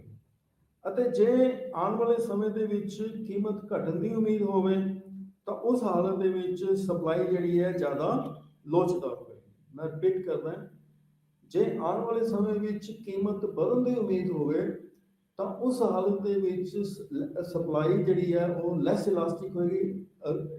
ਇਲਾਸਟਿਸਿਟੀ ਸਪਲਾਈ ਕੀ ਹੈ, ਲੈਸ ਹੋਏਗੀ, ਘੱਟ ਲੋਚਦਾਰ ਪੂਰਤੀ ਹੋਏਗੀ। ਅਤੇ ਜੇ ਆਉਣ ਵਾਲੇ ਸਮੇਂ ਦੇ ਵਿੱਚ ਕੀਮਤ ਘਟਣ ਦੀ ਉਮੀਦ ਹੋਵੇ ਤਾਂ ਇਲਾਸਟਿਸਿਟੀ ਸਪਲਾਈ ਜਿਹੜੀ ਹੈ ਉਹ ਕੀ ਹੈ, ਜ਼ਿਆਦਾ। ਫਿਰ ਇਹ ਮਤਲਬ ਕਿ ਉਲਟ ਰਿਲੇਸ਼ਨਸ਼ਿਪ ਹੈ ਪ੍ਰਾਈਸ ਐਕਸਪੈਕਟੇਸ਼ਨ ਦਾ ਪੂਰਤੀ ਦੀ ਲੋਚ ਦੇ ਨਾਲ। ਅਗਲਾ ਜਿਹੜਾ ਫੈਕਟਰ ਹੈ ਉਹ ਹੈ nature of technique of production, ਉਤਪਾਦਨ ਦੀ ਤਕਨੀਕ ਦੀ ਪ੍ਰਕਿਰਤੀ। ਉਤਪਾਦਨ ਦੀ ਤਕਨੀਕ ਦੀ ਪ੍ਰਕਿਰਤੀ ਦਾ ਮਤਲਬ ਅਸੀਂ ਪਹਿਲਾਂ ਵੀ ਕਰ ਚੁੱਕੇ ਹਾਂ, ਪਹਿਲਾਂ ਅਸੀਂ ਸ਼ਾਇਦ ਦੱਸ ਚੁੱਕੇ ਹਾਂ। ਜੇ ਉਤਪਾਦਨ ਦੀ ਤਕਨੀਕ ਜ਼ਿਆਦਾ ਗੁੰਝਲਦਾਰ ਹੋਵੇ, ਜ਼ਿਆਦਾ ਟੀਡੀਅਸ ਹੋਵੇ, ਜ਼ਿਆਦਾ ਕਿਊਮਰਸਮ ਹੋਵੇ, ਤਾਂ ਉਸ ਹਾਲਤ ਦੇ ਵਿੱਚ ਸਪਲਾਈ ਨੂੰ ਕਰਨਾ ਥੋੜਾ ਜਿਹਾ ਜ਼ਿਆਦਾ ਮੁਸ਼ਕਲ ਹੋ ਜਾਂਦਾ ਹੈ। ਤਾਂ ਉਸ ਹਾਲਤ ਦੇ ਵਿੱਚ ਜਿਹੜੀ ਪੂਰਤੀ ਲੋਚਦਾਰ ਹੈ ਉਹ ਕੀ ਹੈ, ਘੱਟ ਹੋਏਗੀ। ਅਤੇ ਜੇ ਉਤਪਾਦਨ ਦੀ ਤਕਨੀਕ ਜਿਹੜੀ ਹੈ ਉਹ ਸਿੰਪਲ ਹੋਵੇ, ਜ਼ਿਆਦਾ ਕੰਪਲੈਕਸ ਨਾ ਹੋਵੇ, ਤਾਂ ਉਸ ਹਾਲਤ ਦੇ ਵਿੱਚ ਉਤਪਾਦਕ ਜਿਹੜਾ ਆਸਾਨੀ ਦੇ ਨਾਲ ਵਸਤੂਆਂ ਦੀ ਪੂਰਤੀ ਜਿਹੜੀ ਹੈ, ਪੂਰਤੀ ਵਿੱਚ ਤਬਦੀਲੀ, ਕੀਮਤ ਵਿੱਚ ਤਬਦੀਲੀ ਦੇ ਅਨੁਸਾਰ ਕਰ ਸਕਦਾ ਹੈ। ਤਾਂ ਉਸ ਹਾਲਤ ਦੇ ਵਿੱਚ ਪੂਰਤੀ ਦੀ ਲੋਚ ਜਿਹੜੀ ਹੈ ਉਹ ਜ਼ਿਆਦਾ ਹੋ ਸਕਦੀ ਹੈ, ਪੂਰਤੀ ਦੀ ਲੋਚ ਜ਼ਿਆਦਾ ਹੋਏਗੀ। ਤਾਂ ਰਿਪੀਟ ਕਰਦੇ ਹਾਂ ਕਿ ਡਿਟਰਮੀਨੈਂਟਸ ਜਾਂ ਡਿਟਰਮੀਨੇਸ਼ਨ ਨਹੀਂ ਹੈ, ਡਿਟਰਮੀਨੈਂਟਸ ਆਫ ਇਲਾਸਟਿਸਿਟੀ ਆਫ ਸਪਲਾਈ ਹੈ, ਜਾਂ ਪੂਰਤੀ ਦੀ ਲੋਚ ਨੂੰ ਪ੍ਰਭਾਵਿਤ ਕਰਨ ਵਾਲੇ ਤੱਤ ਕਹਿ ਸਕਦੇ ਹਾਂ, factors which affect the elasticity of supply ਹੈ। ਤਾਂ ਪਹਿਲਾ ਦਾ ਪੁਆਇੰਟ ਅਸੀਂ ਇਹ ਕੀਤਾ ਹੈ ਕਿ behaviour of cost as output varies, ਕਿ ਜੇ ਉਤਪਾਦਨ ਵਧਣ ਦੇ ਨਾਲ ਉਤਪਾਦਨ ਦੀ ਲਾਗਤ ਘੱਟ ਵੱਧਦੀ ਹੈ ਜਾਂ ਜ਼ਿਆਦਾ ਵੱਧਦੀ ਹੈ, ਅਸੀਂ ਉਸ ਦੇ ਹਿਸਾਬ ਨਾਲ ਦੇਖਿਆ ਕਿ ਜੇ ਕੋਸਟ ਆਫ ਪ੍ਰੋਡਕਸ਼ਨ ਜਿਹੜੀ ਹੈ ਤੇਜ਼ੀ ਨਾਲ ਵੱਧਦੀ ਹੈ ਉਤਪਾਦਨ ਵਧਣ ਦੇ ਨਾਲ ਨਾਲ, ਤਾਂ ਉਸ ਹਾਲਤ ਦੇ ਵਿੱਚ ਜਿਹੜੀ ਪੂਰਤੀ ਦੀ ਲੋਚ ਦਰ ਉਹ ਘੱਟ ਹੋਏਗੀ। ਅਤੇ ਅਦਰਵਾਈਜ਼ ਜੇ ਕੀ ਹੈ ਉਤਪਾਦਨ ਦੇ ਵਿੱਚ ਵਾਧਾ ਜ਼ਿਆਦਾ ਹੁੰਦਾ ਹੈ ਅਤੇ ਉਸ ਹਾਲਤ ਦੇ ਵਿੱਚ ਪੂਰਤੀ ਦੀ ਲੋਚ ਦਰ ਜਿਹੜੀ ਹੈ ਉਹ ਜ਼ਿਆਦਾ ਹੋਵੇ। ਤਾਂ ਆਪਾਂ ਕਿਹਾ ਹੈ ਕਿ ਜੇ ਟੋਟਲ ਕੋਸਟ ਵੱਧਦੀ ਹੈ ਪਰੰਤੂ ਉਤਪਾਦਨ ਜਿਹੜਾ ਹੈ ਘੱਟ ਤੇਜ਼ੀ ਨਾਲ ਵੱਧਦਾ ਹੈ, ਤਾਂ ਉਸ ਹਾਲਤ ਦੇ ਵਿੱਚ ਪੂਰਤੀ ਦੀ ਲੋਚ ਦਰ ਕੀ ਹੋਏਗੀ, ਜ਼ਿਆਦਾ ਹੋਏਗੀ। ਦੂਸਰਾ ਅਸੀਂ ਫੈਕਟਰ ਦੱਸਿਆ ਸੀਗਾ ਨੇਚਰ ਆਫ ਕਮੋਡਿਟੀ ਦਾ, ਕਿ ਵਸਤੂਆਂ ਦੀ ਪ੍ਰਕਿਰਤੀ ਦੇ ਮੁਤਾਬਕ ਵੀ ਅਸੀਂ ਪੂਰਤੀ ਦੀ ਲੋਚ ਨੂੰ ਨਿਰਧਾਰਨ ਕਰ ਸਕਦੇ ਹਾਂ, ਦਾ ਪਤਾ ਲੱਗਦਾ ਹੈ। ਜੇ ਪੈਰੀਸ਼ੇਬਲ ਗੁੱਡਸ ਨੇ, ਨਾਸ਼ਵਾਨ ਵਸਤੂਆਂ ਨੇ, ਉਹਨਾਂ ਦੀ ਪੂਰਤੀ ਦੀ ਲੋਚ ਕੀ ਹੈ, ਘੱਟ ਹੁੰਦੀ ਹੈ, ਕਿਉਂਕਿ ਕੀਮਤ ਵਿੱਚ ਤਬਦੀਲੀ ਦੇ ਅਨੁਸਾਰ ਅਸੀਂ ਪੂਰਤੀ ਦੇ ਵਿੱਚ ਤਬਦੀਲੀ ਨਹੀਂ ਕਰ ਸਕਦੇ। ਤਾਂ ਕਿਉਂਕਿ ਇਹਦੀ ਸਪਲਾਈ ਜਿਹੜੀ ਹੈ ਉਹ ਸਟਾਕ ਤੱਕ ਸੀਮਿਤ ਹੁੰਦੀ ਹੈ, ਜਿਸ ਤਰ੍ਹਾਂ ਮਿਲਕ ਹੈ ਜਾਂ ਸਾਡੇ ਕੋਲ ਵੈਜੀਟੇਬਲਸ ਨੇ, ਅਸੀਂ ਇੱਕੋ ਦਮ ਇਹਨਾਂ ਦੇ ਵਿੱਚ ਵਾਧਾ ਜਾਂ ਘਾਟਾ ਨਹੀਂ ਕਰ ਸਕਦੇ। ਜੇ ਵਸਤੂਆਂ ਡਿਊਰੇਬਲ ਹੋਣ ਤਾਂ ਅਸੀਂ ਕੀਮਤ ਵਿੱਚ ਤਬਦੀਲੀ ਦੇ ਅਨੁਸਾਰ ਇਹਨਾਂ ਦੀ ਪੂਰਤੀ ਵਿੱਚ ਤਬਦੀਲੀ ਕਰ ਸਕਦੇ ਹਾਂ। ਤਾਂ ਡਿਊਰੇਬਲ ਜਿਹੜੀਆਂ ਗੁੱਡਸ ਨੇ, ਜਿਹੜੀ ਟਿਕਾਊ ਵਸਤੂਆਂ ਨੇ, ਉਹਨਾਂ ਦੀ ਪੂਰਤੀ ਲੋਚ ਜਿਹੜੀ ਆ ਉਹ ਜ਼ਿਆਦਾ ਹੁੰਦੀ। ਇਸੇ ਤਰ੍ਹਾਂ ਤੀਸਰਾ ਫੈਕਟਰ ਅਸੀਂ ਲਿਆ ਸੀ ਟਾਈਮ, ਕਿ ਜੇ ਉਤਪਾਦਕ ਦੇ ਕੋਲ ਟਾਈਮ ਘੱਟ ਹੋਵੇ ਤਾਂ ਘੱਟ ਸਮੇਂ ਦੇ ਵਿੱਚ ਉਹ ਕੀਮਤ ਵਿੱਚ ਤਬਦੀਲੀ ਦੇ ਅਨੁਸਾਰ ਪੂਰਤੀ ਵਿੱਚ ਤਬਦੀਲੀ ਜਿਹੜਾ ਹੈ ਉਹ ਨਹੀਂ ਕਰ ਸਕਦਾ। ਤਾਂ ਉਸ ਹਾਲਤ ਦੇ ਵਿੱਚ ਇਲਾਸਟਿਸਿਟੀ ਆਫ ਸਪਲਾਈ ਜਿਹੜੀ ਹੈ ਉਹ ਘੱਟ ਹੁੰਦੀ ਹੈ। ਜੇ ਸਮਾਂ ਜ਼ਿਆਦਾ ਹੋਵੇ ਤਾਂ ਉਹ ਆਪਣੇ ਜਿਹੜੇ ਫੈਕਟਰਸ ਨੇ, ਜਿਹੜੀ ਟੈਕਨੋਲੋਜੀ ਹੈ, ਜਿਹੜਾ ਸਕੇਲ ਆਫ ਪ੍ਰੋਡਕਸ਼ਨ ਹੈ, ਉਤਪਾਦਨ ਦਾ ਜਿਹੜਾ ਪੈਮਾਨਾ ਹੈ, ਉਹਦੇ ਵਿੱਚ ਤਬਦੀਲੀ ਕਰਕੇ ਕੀਮਤ ਦੇ ਅਨੁਸਾਰ ਉਤਪਾਦਨ ਦੇ ਵਿੱਚ ਵੇਰੀਏਸ਼ਨ, ਉਤਪਾਦਨ ਦੇ ਵਿੱਚ ਤਬਦੀਲੀ ਜਿਹੜੀ ਹੈ ਕਰ ਸਕਦਾ। ਚੌਥਾ ਫੈਕਟਰ ਅਸੀਂ ਪ੍ਰਾਈਸ ਐਕਸਪੈਕਟੇਸ਼ਨ, ਸੰਭਾਵਿਤ ਕੀਮਤ ਨਾਲ ਲਿਆ ਸੀਗਾ। ਜੇ ਇਹ ਸੰਭਾਵਿਤ ਕੀਮਤ ਦਾ ਇਲਾਸਟਿਸਿਟੀ ਆਫ ਸਪਲਾਈ ਦੇ ਨਾਲ, ਪੂਰਤੀ ਦੀ ਲੋਚ ਦੇ ਨਾਲ ਉਲਟਾ ਸੰਬੰਧ ਹੈ। ਜੇ ਆਉਣ ਵਾਲੇ ਸਮੇਂ ਵਿੱਚ ਕੀਮਤ ਵਧਣ ਦੀ ਉਮੀਦ ਹੋਵੇ ਤਾਂ ਇਲਾਸਟਿਸਿਟੀ ਆਫ ਸਪਲਾਈ ਕੀ ਹੈ, ਘੱਟ ਹੁੰਦੀ ਹੈ, ਅਤੇ ਜੇ ਆਉਣ ਵਾਲੇ ਸਮੇਂ ਵਿੱਚ ਕੀਮਤ ਘੱਟ ਹੋਣ ਦੀ ਉਮੀਦ ਹੋਵੇ ਤਾਂ ਇਲਾਸਟਿਸਿਟੀ ਆਫ ਸਪਲਾਈ ਕੀ ਹੈ, ਜ਼ਿਆਦਾ। ਤਾਂ ਪੰਜਵਾਂ ਫੈਕਟਰ ਅਸੀਂ ਲਿਆ ਸੀਗਾ nature of technique of production, ਉਤਪਾਦਨ ਦੀ ਤਕਨੀਕ ਦੀ ਪ੍ਰਕਿਰਤੀ। ਜੇ ਉਤਪਾਦਨ ਦੀ ਤਕਨੀਕ ਦੀ ਜਿਹੜੀ ਪ੍ਰਕਿਰਤੀ ਹੈ ਉਹ ਜ਼ਿਆਦਾ ਗੁੰਝਲਦਾਰ ਹੋਵੇ ਤਾਂ ਕੀਮਤ ਵਿੱਚ ਤਬਦੀਲੀ ਦੇ ਅਨੁਸਾਰ ਉਤਪਾਦਨ ਵਿੱਚ ਤਬਦੀਲੀ ਜਿਹੜੀ ਹੈ ਸੰਭਵ ਨਹੀਂ ਹੁੰਦੀ, ਕਿਉਂਕਿ ਉਸ ਤਕਨੀਕ ਨੂੰ ਸਮਝਣ ਦੇ ਲਈ ਵੀ ਜਿਹੜਾ ਐਂਟਰਪ੍ਰੇਨਿਓਰ ਹੈ, ਜਿਹੜਾ ਉਦਮੀ ਹੈ, ਉਸ ਨੂੰ ਟਾਈਮ ਲੱਗਦਾ ਜਾਂ ਉਸ ਨੂੰ ਫੋਲੋ ਨਹੀਂ ਕਰ ਪਾਉਂਦਾ ਕਈ ਵਾਰੀ। ਤਾਂ ਉਸ ਹਾਲਤ ਦੇ ਵਿੱਚ ਇਲਾਸਟਿਸਿਟੀ ਸਪਲਾਈ ਕੀ ਹੈ, ਘੱਟ ਹੋਏਗੀ। ਅਤੇ ਜੇ ਉਤਪਾਦਨ ਦੀ ਤਕਨੀਕ ਜਿਹੜੀ ਹੈ ਸਿੰਪਲ ਹੋਵੇ, ਸਰਲ ਹੋਵੇ, ਤਾਂ ਉਹ ਉਤਪਾਦਨ ਦੀ ਕੀਮਤ ਵਿੱਚ ਤਬਦੀਲੀ ਦੇ ਅਨੁਸਾਰ ਉਤਪਾਦਨ ਦੇ ਵਿੱਚ ਤਬਦੀਲੀ ਜਿਹੜੀ ਆ ਉਹ ਕਰ ਸਕਦਾ। ਤਾਂ ਉਸ ਹਾਲਤ ਦੇ ਵਿੱਚ ਜਿਹੜੀ ਇਲਾਸਟਿਸਿਟੀ ਸਪਲਾਈ ਹੈ, ਪੂਰਤੀ ਦੀ ਲੋਚ ਜਿਹੜੀ ਆ ਉਹ ਜ਼ਿਆਦਾ ਹੋਵੇ, ਮਤਲਬ ਮੋਰ ਇਲਾਸਟਿਕ ਜਿਹੜੀ ਆ ਉਹ ਸਪਲਾਈ ਹੋਵੇ। ਤਾਂ ਇਹ ਸੀਗਾ ਸਾਡੇ ਕੋਲ ਡਿਟਰਮੀਨੈਂਟਸ ਆਫ ਇਲਾਸਟਿਸਿਟੀ ਆਫ ਸਪਲਾਈ। ਤਾਂ ਅਸੀਂ ਜੇ ਸ਼ੁਰੂ ਤੋਂ ਕਰੀਏ, ਹੁਣ ਆਪਾਂ ਕੰਸੈਪਟ ਆਫ ਸਪਲਾਈ ਅਸੀਂ ਕਰ ਚੁੱਕੇ ਹਾਂ, ਪੂਰਤੀ ਦੀ ਲੋਚ ਅਸੀਂ ਕਰ ਚੁੱਕੇ ਹਾਂ। ਪੂਰਤੀ ਦੀ ਲੋਚ ਮੈਂ ਰਿਪੀਟ ਕਰ ਰਿਹਾ ਗੱਲ ਨੂੰ, ਕਿਉਂਕਿ ਇਹ ਟੌਪਿਕ ਜਿਹੜਾ ਹੈ ਥੋੜਾ ਛੋਟਾ ਸੀਗਾ, ਤਾਂ ਡਿਮਾਂਡ ਤੋਂ ਬਿਲਕੁਲ ਉਲਟ ਹੈ। ਤਾਂ ਕੰਸੈਪਟ ਆਫ ਸਪਲਾਈ ਦੇ ਵਿੱਚ ਅਸੀਂ ਕੀਤਾ ਹੈ ਕਿ ਪੂਰਤੀ ਕੀ ਹੁੰਦੀ ਹੈ, ਕਿ ਪੂਰਤੀ ਦਾ ਸੰਬੰਧ ਜਿਹੜਾ ਹੈ ਵਸਤੂ ਦੀ ਕੀਮਤ ਦੇ ਨਾਲ ਹੁੰਦਾ ਹੈ ਅਤੇ ਸਮੇਂ ਦੇ ਨਾਲ ਹੁੰਦਾ ਹੈ। ਤਾਂ ਸਪਲਾਈ ਜਿਹੜੀ ਹੈ, ਜਿਸ ਤਰ੍ਹਾਂ demand is the function of price, ਇਸ ਤਰ੍ਹਾਂ ਹੀ ਸਪਲਾਈ ਜਿਹੜੀ ਹੈ ਉਹ it is the function of price.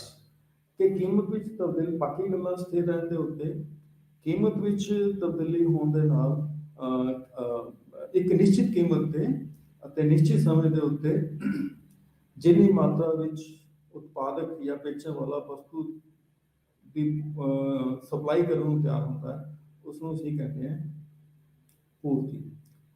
ਤਾਂ ਫਿਰ ਅਸੀਂ ਕੀਤਾ ਸੀਗਾ ਲਾ ਆਫ ਸਪਲਾਈ। ਤਾਂ ਲਾ ਆਫ ਸਪਲਾਈ ਕੀ ਅਸੀਂ ਦੱਸਿਆ ਸੀਗਾ ਕਿ ਲਾ ਆਫ ਸਪਲਾਈ ਜਿਹੜਾ ਹੈ, ਜਾਂ ਸਪਲਾਈ ਜਿਹੜਾ ਹੈ, ਸਪਲਾਈ ਕੁਆਂਟੀਟੀ ਸਪਲਾਈਡ ਕਈ ਫੈਕਟਰਸ ਤੇ ਡਿਪੈਂਡ ਕਰਦਾ ਹੈ।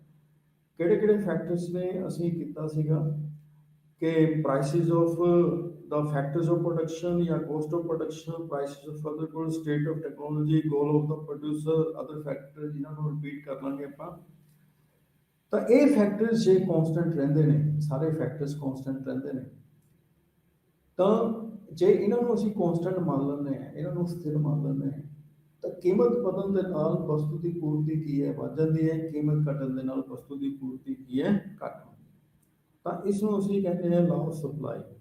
ਤਾਂ supply is the function of price, ਅਸੀਂ ਇਸ ਨੂੰ ਕਹਿ ਸਕਦੇ ਹਾਂ। ਤਾਂ ਜੇ ਅਸੀਂ ਇਸ ਦਾ ਟੇਬਲ ਬਣਾਈਏ, ਤਾਂ ਜਿਸ ਤਰ੍ਹਾਂ ਡਿਮਾਂਡ ਦਾ ਟੇਬਲ ਸੀ, ਉਸ ਤਰ੍ਹਾਂ ਹੀ ਸਪਲਾਈ ਦਾ ਟੇਬਲ ਹੈ ਕਿ ਵਸਤੂ ਦੀ ਕੀਮਤ ਜੇ ਲਗਾਤਾਰ ਵੱਧਦੀ ਹੈ, ਜਿਸ ਤਰ੍ਹਾਂ 2 ਰੁਪਏ ਤੋਂ 3 ਰੁਪਏ, 3 ਤੋਂ 4, 4 ਤੋਂ 5, 5 ਤੋਂ 6, ਤਾਂ ਉਸੇ ਹਿਸਾਬ ਦੇ ਨਾਲ ਜ਼ਰੂਰੀ ਨਹੀਂ ਹੈ ਕਿ ਉਸੇ ਪ੍ਰਪੋਰਸ਼ਨ ਦੇ ਵਿੱਚ ਹੋਵੇ। ਪ੍ਰਪੋਰਸ਼ਨ ਜ਼ਰੂਰੀ ਨਹੀਂ ਹੈ ਸੇਮ ਹੋਵੇ, ਅਨੁਪਾਤ ਜ਼ਰੂਰੀ ਨਹੀਂ ਹੈ ਸੇਮ ਹੋਵੇ। ਇਹ ਜ਼ਰੂਰੀ ਨਹੀਂ ਹੈ ਕਿ ਉਸੇ ਪ੍ਰਤੀਸ਼ਤ ਦੇ ਵਿੱਚ ਪੂਰਤੀ ਦੇ ਵਿੱਚ ਵਾਧਾ ਹੋਏਗਾ। ਪੂਰਤੀ ਦੇ ਵਿੱਚ ਵਾਧਾ ਉਸ ਅਨੁਪਾਤ ਵਿੱਚ ਵੀ ਹੋ ਸਕਦਾ ਹੈ, ਘੱਟ ਵੱਧ ਵੀ ਹੋ ਸਕਦਾ ਹੈ। ਤਾਂ ਸਪਲਾਈ ਕਰਵ ਜ਼ਰੂਰੀ ਨਹੀਂ ਹੈ ਕਿ ਸਟ੍ਰੇਟ ਲਾਈਨ ਹੋਵੇ, ਇਹ ਕਰਵ ਦੇ ਰੂਪ ਵਿੱਚ ਕਿਸੇ ਵੀ ਰੂਪ ਵਿੱਚ ਹੋ ਸਕਦੀ ਹੈ। ਤਾਂ ਲੇਕਿਨ ਵਸਤੂ ਦੀ ਵੇਚੀ ਗਈ ਮਾਤਰਾ ਦੇ ਵਿੱਚ ਕੀਮਤ ਵਧਣ ਦੇ ਨਾਲ ਵਾਧਾ ਹੋਣਾ, ਤਾਂ ਇਸ ਨੂੰ ਅਸੀਂ ਕਹਿੰਦੇ ਹਾਂ ਸਪਲਾਈ ਕਰਵ। ਜਿਸ ਤਰ੍ਹਾਂ ਕਿ ਇਸ ਡਾਇਗਰਾਮ ਤੋਂ ਦਿਖਾਇਆ ਗਿਆ, ਕੀਮਤ ਵਧਦੀ ਹੈ, ਕੀਮਤ ਵਧਣ ਦੇ ਨਾਲ ਸਪਲਾਈ ਕੀ ਹੈ, ਵੱਧਦੀ ਹੈ, ਪੂਰਤੀ ਕੀ ਹੈ, ਵੱਧਦੀ ਹੈ। ਠੀਕ ਹੈ। ਫਿਰ ਇਹਦੀਆਂ ਕੁਝ ਜਿਹੜੀਆਂ ਲਾ ਆਫ ਸਪਲਾਈ ਹੈ, ਇਹਦੀਆਂ ਕੁਝ ਐਕਸੈਪਸ਼ਨਸ ਵੀ ਹੈ। Exceptions to the law of supply. Exceptions ਮੈਨੇ ਪੂਰਤੀ ਦੇ ਨਿਯਮ ਦੇ ਅਪਵਾਦ। ਪੂਰਤੀ ਦੇ ਨਿਯਮ ਦੇ ਅਪਵਾਦ ਹੈ, ਨੰਬਰ 1 ਹੈ ਨੋਨ ਮੈਕਸਿਮਾਈਜੇਸ਼ਨ ਆਫ ਪ੍ਰੋਫਿਟ। ਜੇ ਲਾਭ ਵੱਧ ਤੋਂ ਵੱਧ ਨਾ ਹੋਣ ਦੀ ਉਮੀਦ ਹੋਵੇ, ਕਈ ਕੇਸਿਸ ਦੇ ਵਿੱਚ ਐਂਟਰਪ੍ਰੀਨਿਓਰ ਨੂੰ ਇਹ ਹੁੰਦਾ ਹੈ ਕਿ ਉਸ ਦਾ ਵੱਧ ਤੋਂ ਵੱਧ ਲਾਭ ਪ੍ਰਾਪਤ ਕਰਨ ਦਾ ਟੀਚਾ ਹੀ ਨਹੀਂ ਹੁੰਦਾ, ਜਾਂ ਉਸ ਨੂੰ ਵੱਧ ਤੋਂ ਵੱਧ ਲਾਭ ਹੁੰਦਾ ਹੀ ਨਹੀਂ ਹੈ, ਜਾਂ ਉਸ ਦਾ ਟਾਰਗੇਟ ਹੁੰਦਾ ਹੈ ਸੇਲ ਨੂੰ ਮੈਕਸਿਮਾਈਜ਼ ਕਰਨਾ, ਨਾ ਕਿ ਪ੍ਰੋਫਿਟ ਕਰਨਾ। ਇਸ ਕੇਸ ਦੇ ਵਿੱਚ ਉਹ ਕੀਮਤ ਵਧਣ ਦੇ ਨਾਲ ਨਾਲ ਉਹ ਸਪਲਾਈ ਜਿਹੜੀ ਆ ਉਹ ਨਹੀਂ ਵਧਾਉਂਦਾ। ਉਦਾਹਰਨ ਦੇ ਤੌਰ ਤੇ ਅਸੀਂ ਕਹਿ ਸਕਦੇ ਹਾਂ, ਇੱਕ ਜੇ ਫਰਮ ਜਿਹੜੀ ਹੈ ਉਸ ਦਾ ਟਾਰਗੇਟ, ਜਿਸ ਤਰ੍ਹਾਂ ਕਿ ਮੈਂ ਹੁਣੀ ਦੱਸਿਆ ਹੈ, ਉਹਦਾ ਟਾਰਗੇਟ ਹੀ ਆ, ਉਹਦਾ ਆਬਜੈਕਟਿਵ ਹੈ, ਉਸਦਾ ਗੋਲ ਮੈਕਸਿਮਾਈਜੇਸ਼ਨ ਆਫ ਸੇਲਸ ਹੋਵੇ, ਸੇਲ ਨੂੰ ਵੱਧ ਤੋਂ ਵੱਧ ਕਰਨਾ ਹੋਵੇ, ਤਾਂ ਉਹ ਜੇ ਪ੍ਰਾਈਸ ਵਿੱਚ ਤਬਦੀਲੀ ਨਹੀਂ ਵੀ ਹੁੰਦੀ, ਤਾਂ ਵੀ ਉਸ ਦੀ ਕੋਸ਼ਿਸ਼ ਹੁੰਦੀ ਹੈ ਕਿ ਮੈਂ ਆਪਣੀ ਸੇਲ ਨੂੰ ਵਧਾ ਕੇ ਟੋਟਲ ਰੈਵਨਿਊ ਨੂੰ, ਕੁੱਲ ਆਮਦਨ ਵਿੱਚ ਵਾਧਾ ਕਰਾਂ, ਨਾ ਕਿ ਮਤਲਬ ਕੀਮਤ ਵਿੱਚ ਤਬਦੀਲੀ ਨਹੀਂ ਹੋ ਰਹੀ, ਆਪਣੀ ਉਹ ਸੇਲ ਵਿੱਚ ਵਾਧਾ ਕਰ ਰਿਹਾ ਹੈ। ਮਤਲਬ ਲਾਭ ਸਪਲਾਈ ਦੇ ਮੁਤਾਬਕ ਤਾਂ ਕੀਮਤ ਵਿੱਚ ਵਾਧਾ ਹੋਣ ਦੇ ਨਾਲ ਸਪਲਾਈ ਵਿੱਚ ਤਬਦੀਲੀ ਸਪਲਾਈ ਵਿੱਚ ਵਾਧਾ ਹੋਣਾ ਚਾਹੀਦਾ, ਲੇਕਿਨ ਕਿਉਂਕਿ ਉਸ ਦਾ ਟਾਰਗੇਟ ਜਿਹੜਾ ਹੈ ਉਹ ਸੇਲ ਨੂੰ ਮੈਕਸਿਮਾਈਜ਼ ਕਰਨਾ ਹੈ, ਤਾਂ ਉਸ ਹਾਲਤ ਦੇ ਵਿੱਚ ਜਿਹੜਾ ਪੂਰਤੀ ਦਾ ਨਿਯਮ ਹੈ ਉਹ ਲਾਗੂ ਨਹੀਂ ਹੁੰਦਾ। ਤਾਂ ਇਸ ਤੋਂ ਇਲਾਵਾ ਅਸੀਂ ਕਹਿ ਸਕਦੇ ਹਾਂ factors other than price not remaining constant. ਜੇ ਕੀਮਤ ਤੋਂ ਇਲਾਵਾ ਬਾਕੀ ਜਿਹੜੇ ਫੈਕਟਰਸ ਨੇ ਉਹ ਕੌਨਸਟੈਂਟ ਨਹੀਂ ਰਹਿੰਦੇ ਤਾਂ ਉਸ ਹਾਲਤ ਦੇ ਵਿੱਚ ਵੀ ਜਿਹੜਾ ਹੈ ਇਹ ਪੂਰਤੀ ਦਾ ਨਿਯਮ ਜਿਹੜਾ ਹੈ ਲਾਗੂ ਨਹੀਂ ਹੁੰਦਾ। ਵਾਸਤਵਿਕਤਾ ਵਿੱਚ ਅਸੀਂ ਦੇਖਦੇ ਹਾਂ ਕਿ ਕੀਮਤ ਤੋਂ ਇਲਾਵਾ ਜਿਹੜੇ ਬਾਕੀ ਫੈਕਟਰਸ ਨੇ ਉਹ ਕੌਨਸਟੈਂਟ ਨਹੀਂ ਰਹਿੰਦੇ, ਉਹ ਸਥਿਰ ਨਹੀਂ ਰਹਿੰਦੇ, ਉਹਨਾਂ ਵਿੱਚ ਕੋਈ ਨਾ ਕੋਈ ਤਬਦੀਲੀ ਹੁੰਦੀ ਰਹਿੰਦੀ ਹੈ। ਤਾਂ ਉਸ ਹਾਲਤ ਦੇ ਵਿੱਚ ਇੱਕ ਨਿਸ਼ਚਿਤ ਕੀਮਤ ਤੇ ਵੀ ਜਿਹੜੀ ਪੂਰਤੀ ਜਿਹੜੀ ਹੈ ਉਹ ਘਟ ਸਕਦੀ ਹੈ ਜਾਂ ਉਹ ਵੱਧ ਸਕਦੀ ਹੈ। ਤਾਂ ਇਸ ਹਾਲਤ ਦੇ ਵਿੱਚ ਅਸੀਂ ਕਹਿ ਸਕਦੇ ਹਾਂ ਕਿ ਪੂਰਤੀ ਦਾ ਨਿਯਮ ਜ਼ਰੂਰੀ ਨਹੀਂ ਹੈ ਕਿ ਸਦਾ ਲਈ ਲਾਗੂ ਹੋਵੇ, ਕੁਝ ਐਕਸੈਪਸ਼ਨਸ ਵੀ ਪੂਰਤੀ ਦੇ ਨਿਯਮ ਦੇ ਹੈਗੇ। ਫਿਰ ਉਸ ਤੋਂ ਬਾਅਦ ਪੂਰਤੀ ਦੇ ਨਿਯਮ ਤੋਂ ਬਾਅਦ ਅਸੀਂ ਚੇਂਜ ਇਨ ਸਪਲਾਈ ਕੀਤਾ ਸੀਗਾ, ਜਿਸ ਦੇ ਵਿੱਚ ਅਸੀਂ change in quantity supplied, change in quantity supplied ਦੇ ਵਿੱਚ ਅਸੀਂ ਡਿਸਕਸ ਕੀਤਾ ਸੀ extension of supply and contraction of supply. Extension ਦੇ ਵਿੱਚ ਕੀ ਹੈ, ਬਾਕੀ ਫੈਕਟਰਸ ਨੂੰ, ਬਾਕੀ ਤੱਤਾਂ ਨੂੰ, ਬਾਕੀ ਜਿਹੜੇ ਫੈਕਟਰਸ ਨੇ ਉਹਨਾਂ ਨੂੰ ਅਸੀਂ ਕੌਨਸਟੈਂਟ ਮੰਨ ਲਿਆ। ਤਾਂ ਕੌਨਸਟੈਂਟ ਮੰਨ ਕੇ ਜੇ ਪ੍ਰਾਈਸ ਜਿਹੜੀ ਹੈ ਇਨਕਰੀਜ਼ ਹੋ ਜਾਂਦੀ ਹੈ 3 ਰੁਪਏ ਤੋਂ 4 ਰੁਪਏ, ਸਪਲਾਈ ਜਿਹੜੀ ਹੈ B ਤੋਂ C ਤੱਕ ਚੱਲ ਜਾਂਦੀ ਹੈ, ਸਪਲਾਈ ਵੱਧ ਜਾਂਦੀ ਹੈ। ਅਤੇ ਬਾਕੀ ਫੈਕਟਰਸ ਕੌਨਸਟੈਂਟ ਰਹਿਣ ਤੇ ਜੇ ਪ੍ਰਾਈਸ ਘਟ ਜਾਂਦੀ ਹੈ, ਘਟਣ ਦੇ ਨਾਲ ਸਪਲਾਈ ਕੀ ਹੈ B ਤੋਂ A ਤੱਕ ਆ ਜਾਂਦੀ ਹੈ। ਲੇਕਿਨ extension and contraction of supply ਜਿਹੜੀ ਹੈ ਉਹ same price same supply curve ਤੇ ਹੁੰਦੀ ਹੈ, ਸਪਲਾਈ ਕਰਵ ਦੇ ਵਿੱਚ ਕੋਈ ਚੇਂਜ ਨਹੀਂ ਹੁੰਦੀ। ਇਹ ਤਾਂ ਸੀਗੀ ਸਾਡੇ ਕੋਲ ਚੇਂਜ ਇਨ ਕੁਆਂਟੀਟੀ ਸਪਲਾਈਡ। ਫਿਰ ਅਸੀਂ ਡਿਸਕਸ ਕੀਤਾ ਸੀਗਾ ਆਹ ਵਾਲੇ ਚੇਂਜ ਇਨ ਸਪਲਾਈ। ਚੇਂਜ ਇਨ ਸਪਲਾਈ ਦੇ ਵਿੱਚ decrease in supply and increase in supply ਹੈ। ਅਸੀਂ ਡਿਸਕਸ ਕੀਤਾ ਸੀਗਾ ਚੇਂਜ ਇਨ ਡਿਮਾਂਡ ਦੇ ਵਿੱਚ ਵੀ ਆ ਜਿਹੜੀ ਇਨਕਰੀਜ਼ ਇਨ ਸਪਲਾਈ ਹੈ ਅਤੇ ਡਿਕਰੀਜ਼ ਇਨ ਸਪਲਾਈ ਹੈ ਇਹ ਸੇਮ ਸਪਲਾਈ ਕਰਵ ਤੇ ਨਹੀਂ ਹੁੰਦਾ। ਜੇ ਸਪਲਾਈ ਦੇ ਵਿੱਚ ਇਨਕਰੀਜ਼ ਹੁੰਦਾ ਹੈ ਤਾਂ ਸਪਲਾਈ ਕਰਵ ਰਾਈਟ ਸਾਈਡ ਤੇ ਸ਼ਿਫਟ ਹੋ ਜਾਏਗੀ, ਜੇ ਸਪਲਾਈ ਦੇ ਵਿੱਚ ਡਿਕਰੀਜ਼ ਹੁੰਦਾ ਹੈ ਤਾਂ ਇਹ ਕਰਵ ਜਿਹੜੀ ਹੈ ਉਹ ਲੈਫਟ ਹੈਂਡ ਸਾਈਡ ਤੇ ਕੀ ਹੋ ਜਾਏਗੀ, ਸ਼ਿਫਟ ਹੋ ਜਾਏਗੀ। ਤਾਂ ਇਸ ਕੇਸ ਦੇ ਵਿੱਚ ਜੇ ਡਿਕਰੀਜ਼ ਇਨ ਸਪਲਾਈ ਹੈ ਤਾਂ ਸਪਲਾਈ ਕਰਵ SS ਮਤਲਬ S1 dash SS S1 S dash S dash, ਅਤੇ ਜੇ ਇਨਕਰੀਜ਼ ਇਨ ਸਪਲਾਈ ਹੈ S ਡਬਲ ਡੈਸ਼ ਅਤੇ S double dash right hand side ਤੇ ਸ਼ਿਫਟ ਹੋ ਜਾਂਦੀ ਹੈ। This is the increase and decrease in supply। ਤਾਂ ਇਹ ਜਿਹੜੀ ਸਪਲਾਈ ਕਰਵ ਹੈ ਕਿਉਂ ਸ਼ਿਫਟ ਹੁੰਦੀ ਹੈ, why the supply curve shifts, ਇਹ ਕੋਈ ਵੀ ਰੀਜ਼ਨ ਹੋ ਸਕਦਾ ਹੈ। Change in prices of other commodities, ਦੂਸਰੇ ਜਿਹੜੀਆਂ ਵਸਤੂਆਂ ਨੇ ਉਹਨਾਂ ਦੀ ਕੀਮਤ ਵਿੱਚ ਤਬਦੀਲੀ ਦੇ ਕਾਰਨ ਇਹ ਇਨਕਰੀਜ਼ ਜਾਂ ਡਿਕਰੀਜ਼ ਇਨ ਸਪਲਾਈ ਹੋ ਸਕਦੀ ਹੈ। ਦੂਸਰਾ change in prices of factors of production, ਉਤਪਾਦਨ ਦੇ ਜਿਹੜੇ ਸਾਧਨ ਨੇ ਉਹਨਾਂ ਦੀ ਕੀਮਤ ਵਿੱਚ ਤਬਦੀਲੀ ਦੇ ਕਾਰਨ ਸਪਲਾਈ ਜਿਹੜੀ ਹੈ ਘੱਟ ਜਾਂ ਵੱਧ ਸਕਦੀ ਹੈ।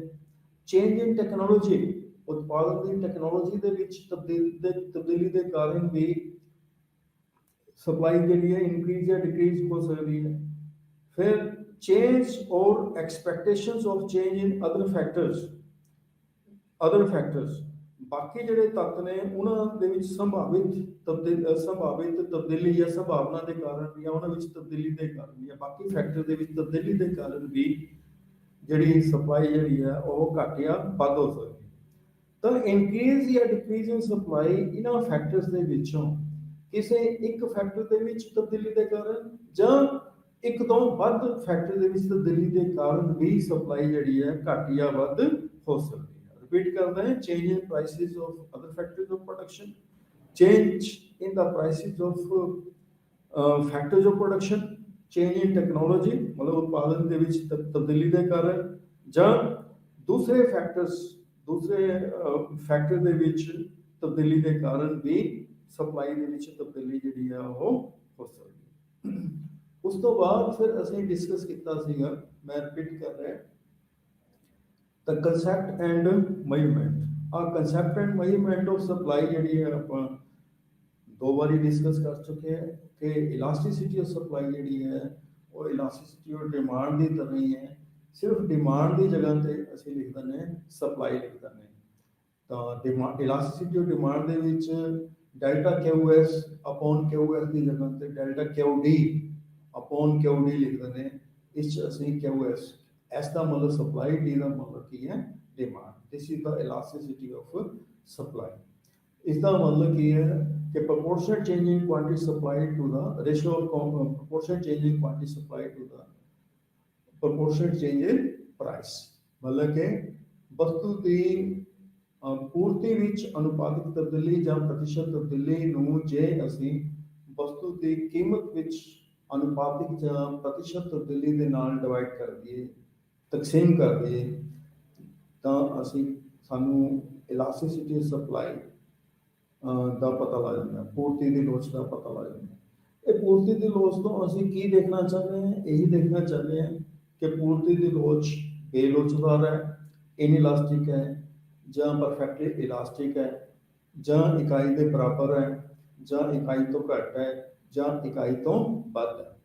ਤਾਂ ਉਸ ਦੇ ਮੁਤਾਬਕ ਸਾਨੂੰ ਪਤਾ ਲੱਗ ਜਾਂਦਾ ਕਿ ਪੂਰਤੀ ਦੀ ਲੋਚ ਘੱਟ ਹੈ ਜਾਂ ਵੱਧ ਹੈ। ਤਾਂ ਪੂਰਤੀ ਦੀ ਲੋਚ ਇਹ ਆਪਾਂ ਕਰ ਚੁੱਕੇ ਹਾਂ ਕਿ ਪੂਰਤੀ ਦੀ ਲੋਚ ਜਿਹੜੀ ਹੈ ਉਹ 5 ਤਰ੍ਹਾਂ ਦੀ ਹੁੰਦੀ ਹੈ। ਪਰਫੈਕਟਲੀ ਇਨਇਲਾਸਟਿਕ ਸਪਲਾਈ, ਕਿ ਕੀਮਤ ਵਿੱਚ ਤਾਂ ਤਬਦੀਲੀ ਹੋ ਰਹੀ ਹੈ ਪਰੰਤੂ ਵਸਤੂ ਦੀ ਪੂਰਤੀ ਦੇ ਵਿੱਚ ਕੋਈ ਤਬਦੀਲੀ ਨਹੀਂ ਹੋ ਰਹੀ। ਕੀਮਤ ਚਾਹੇ ਘਟੇ ਚਾਹੇ ਕੀਮਤ ਵਧੇ, ਸਪਲਾਈ ਜਿਹੜੀ ਹੈ ਉਹ ਫਿਕਸ ਰਹਿਣੀ ਹੈ। ਤਾਂ ਇਸ ਹਾਲਤ ਦੇ ਵਿੱਚ ਜਿਹੜੀ ਸਪਲਾਈ ਕਰਵ ਹੈ ਉਹ ਪੈਰਲਲ ਟੂ ਵਾਈ ਐਕਸਿਸ ਹੋਏਗੀ, ਇੱਕ ਸਿੱਧੀ ਰੇਖਾ ਹੋਏਗੀ, वर्टिकल एक्सिस के मुताबिक पैरेलल होएगी, वाई एक्सिस के बराबर पैरेलल होएगी। तो इस हालत के विच पूर्ति की लोच दर लगभग 0 के बराबर होती है। तो दूसरी डायग्राम परफेक्टली इलास्टिक सप्लाई है। परफेक्टली इलास्टिक सप्लाई की है कि समान कीमत के उत्ते पूर्ति असीं घट भी कर सकते हैं, वध भी कर सकते हैं। तो कीमत में कोई तब्दीली नहीं हो रही, ਅਸੀਂ ਵੇਚੀ ਗਈ ਵਸਤੂ ਦੀ ਮਾਤਰਾ ਇੱਕੋ ਹੀ ਕੀਮਤ ਤੇ ਘਟਾ ਵੀ ਸਕਦੇ ਹਾਂ ਅਤੇ ਵਧਾ ਵੀ ਸਕਦੇ ਹਾਂ। ਇਸ ਹਾਲਤ ਦੇ ਵਿੱਚ ਪੂਰਤੀ ਦੀ ਲੋਚ ਜਿਹੜੀ ਹੈ ਉਹ ਅਨੰਤ ਹੁੰਦੀ ਹੈ, ਇਨਫਿਨਿਟੀ ਹੁੰਦੀ ਹੈ। ਤਾਂ ਤੀਸਰਾ ਜਿਹੜਾ ਹੈ ਉਹ ਯੂਨਿਟਰੀ ਇਲਾਸਟਿਕ ਹੈ। ਯੂਨਿਟਰੀ ਇਲਾਸਟਿਕ ਦੇ ਵਿੱਚ ਕੀ ਹੈ ਕਿ ਜਿੰਨੇ ਪ੍ਰਤੀਸ਼ਤ ਕੀਮਤ ਵਿੱਚ ਤਬਦੀਲੀ ਹੁੰਦੀ ਹੈ ਉਨੇ ਪ੍ਰਤੀਸ਼ਤ ਹੀ ਵਸਤੂ ਦੀ ਪੂਰਤੀ ਵਿੱਚ ਤਬਦੀਲੀ ਹੁੰਦੀ ਹੈ। ਤਾਂ ਜੇ ਵਸਤੂ ਦੀ ਕੀਮਤ ਦੇ ਵਿੱਚ 10% ਵਾਧਾ ਹੋ ਰਿਹਾ ਤਾਂ ਵਸਤੂ ਦੀ ਵੇਚੀ ਗਈ ਮਾਤਰਾ ਵਿੱਚ ਵੀ 10% ਹੀ ਵਾਧਾ ਹੋ ਰਿਹਾ। ਜੇ 10% ਕੀਮਤ ਵਿੱਚ ਕਮੀ ਹੋ ਰਹੀ ਹੈ ਤਾਂ ਸਪਲਾਈ ਦੇ ਵਿੱਚ ਵੀ ਵੇਚੀ ਗਈ ਵਸਤੂ ਦੀ ਮਾਤਰਾ ਵਿੱਚ ਵੀ 10% ਹੀ ਕਮੀ ਹੋਏਗੀ। ਤਾਂ ਇਸ ਹਾਲਤ ਦੇ ਵਿੱਚ ਜਿਹੜੀ ਪੂਰਤੀ ਵਕਰ ਹੈ ਉਹ 45 ਡਿਗਰੀ ਦੇ ਲਗਭਗ ਕੋਣ ਤੇ ਹੁੰਦੀ ਹੈ। ਤਾਂ ਜਿਹੜੀ ਚੌਥੀ ਡਾਇਗਰਾਮ ਹੈ ਇਸ ਦੇ ਵਿੱਚ ਇਹ ਇਕਾਈ ਤੋਂ ਘੱਟ ਪੂਰਤੀ ਦੀ ਲੋਚ ਹੈ। ਇਸ ਦੇ ਵਿੱਚ ਇਕਾਈ ਦੀ ਘੱਟ ਦੇ ਵਿੱਚ ਕੀ ਹੁੰਦਾ, ਵਸਤੂ ਦੀ ਕੀਮਤ ਵਿੱਚ ਪ੍ਰਤੀਸ਼ਤ ਤਬਦੀਲੀ ਜਿਹੜੀ ਹੈ ਜ਼ਿਆਦਾ ਹੁੰਦੀ ਹੈ, ਲੇਕਿਨ ਵਸਤੂ ਦੀ ਵੇਚੀ ਗਈ ਮਾਤਰਾ ਵਿੱਚ ਪ੍ਰਤੀਸ਼ਤ ਤਬਦੀਲੀ ਕੀ ਹੈ ਘੱਟ ਹੁੰਦੀ ਹੈ। ਤਾਂ ਜਿਸ ਤਰ੍ਹਾਂ ਕਿ ਡਾਇਗਰਾਮ 'ਚ ਅਸੀਂ ਦੇਖ ਰਹੇ ਹਾਂ ਕਿ ਕੀਮਤ ਵਿੱਚ ਪ੍ਰਤੀਸ਼ਤ ਤਬਦੀਲੀ ਕੀ ਹੈ ਉਹ ਜ਼ਿਆਦਾ ਹੈ, ਲੇਕਿਨ ਵਸਤੂ ਦੀ ਵੇਚੀ ਗਈ ਮਾਤਰਾ ਵਿੱਚ ਪ੍ਰਤੀਸ਼ਤ ਤਬਦੀਲੀ ਕੀ ਹੈ ਘੱਟ ਹੈ। ਅਤੇ ਜਿਹੜੀ ਪੰਜਵੀਂ ਡਾਇਗਰਾਮ ਜਿਹੜੀ ਨਿਚਲੀ ਡਾਇਗਰਾਮ ਹੈ ਇਹ ਇਸ 'ਚ ਪੂਰਤੀ ਦੀ ਲੋਚ ਜਿਹੜੀ ਹੈ ਉਹ ਇਕਾਈ ਤੋਂ ਜ਼ਿਆਦਾ ਹੈ।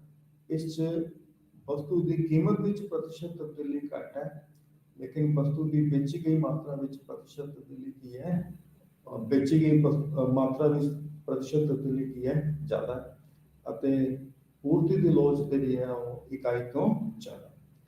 ਅਸੀਂ ਦੇਖਦੇ ਹਾਂ ਕਿ ਕਿਉਂਕਿ ਕੀਮਤ ਅਤੇ ਵਸਤੂ ਦੀ ਪੂਰਤੀ ਦੇ ਵਿੱਚ ਜਿਹੜਾ ਸੰਬੰਧ ਹੈ ਉਹ ਧਨਾਤਮਕ ਹੈ, ਪੋਜ਼ਿਟਿਵ ਹੈ, ਪੋਜ਼ਿਟਿਵ ਰਿਲੇਸ਼ਨਸ਼ਿਪ ਹੈ ਆਮ ਤੌਰ ਤੇ ਨਾਰਮਲ ਗੁੱਡਸ ਦੇ ਵਿੱਚ। ਤਾਂ ਇਸ ਦੀ ਜਿਹੜੀ ਢਲਾਨ ਹੈ ਉਹ ਵੀ ਉੱਪਰ ਵੱਲ ਹੁੰਦੀ ਹੈ। ਪੂਰਤੀ ਵਕਰ ਦੀ ਢਲਾਨ ਉੱਪਰ ਵੱਲ ਹੁੰਦੀ ਹੈ।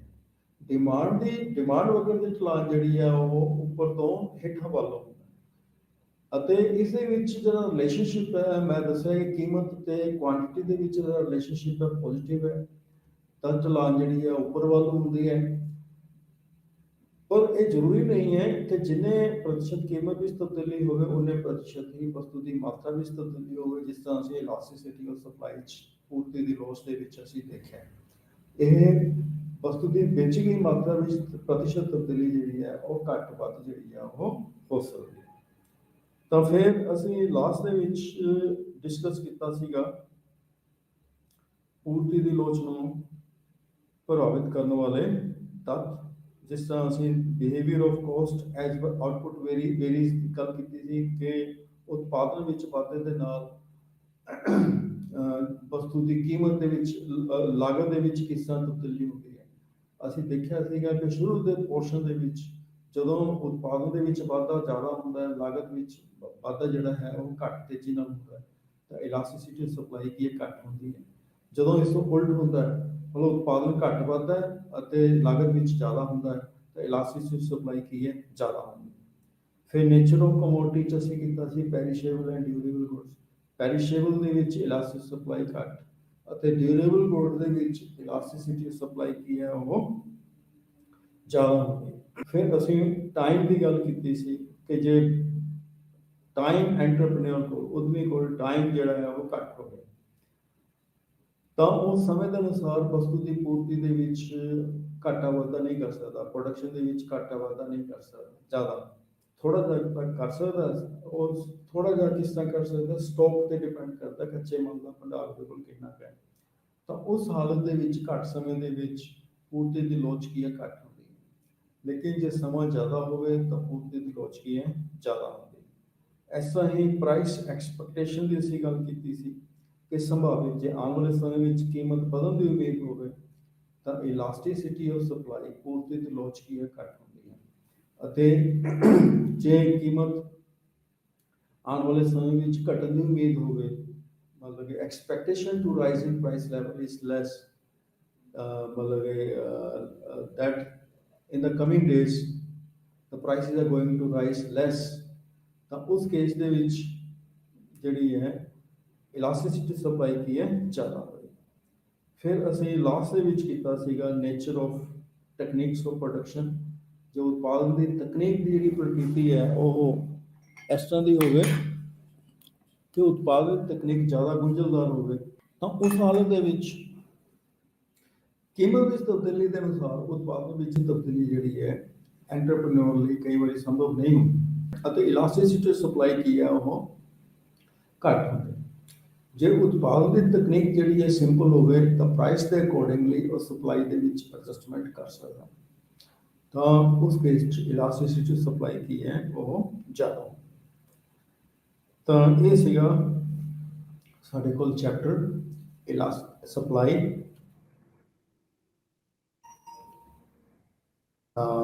and elasticity of supply and determinants ਕਿ ਕਿਹੜੇ ਤੱਤ ਨੇ ਜਿਹੜੇ ਸਪਲਾਈ ਨੂੰ ਪ੍ਰਭਾਵਿਤ ਕਰਦੇ ਹੈ ਅਤੇ ਕਿਹੜੇ ਤੱਤ ਹੈ ਜਿਹੜੇ ਕਿ ਪੂਰਤੀ ਦੀ ਲੋਚ ਨੂੰ ਪ੍ਰਭਾਵਿਤ ਕਰਦੇ ਹੈ, ਅਤੇ ਪੂਰਤੀ ਦੀ ਲੋਚ ਅਸੀਂ ਕਿਵੇਂ ਮੇਜ਼ਰ ਕਰ ਸਕਦੇ ਹਾਂ, ਅਤੇ ਪੂਰਤੀ ਦੀ ਲੋਚ ਦੀਆਂ ਕਿੰਨੀਆਂ ਡਿਗਰੀਜ਼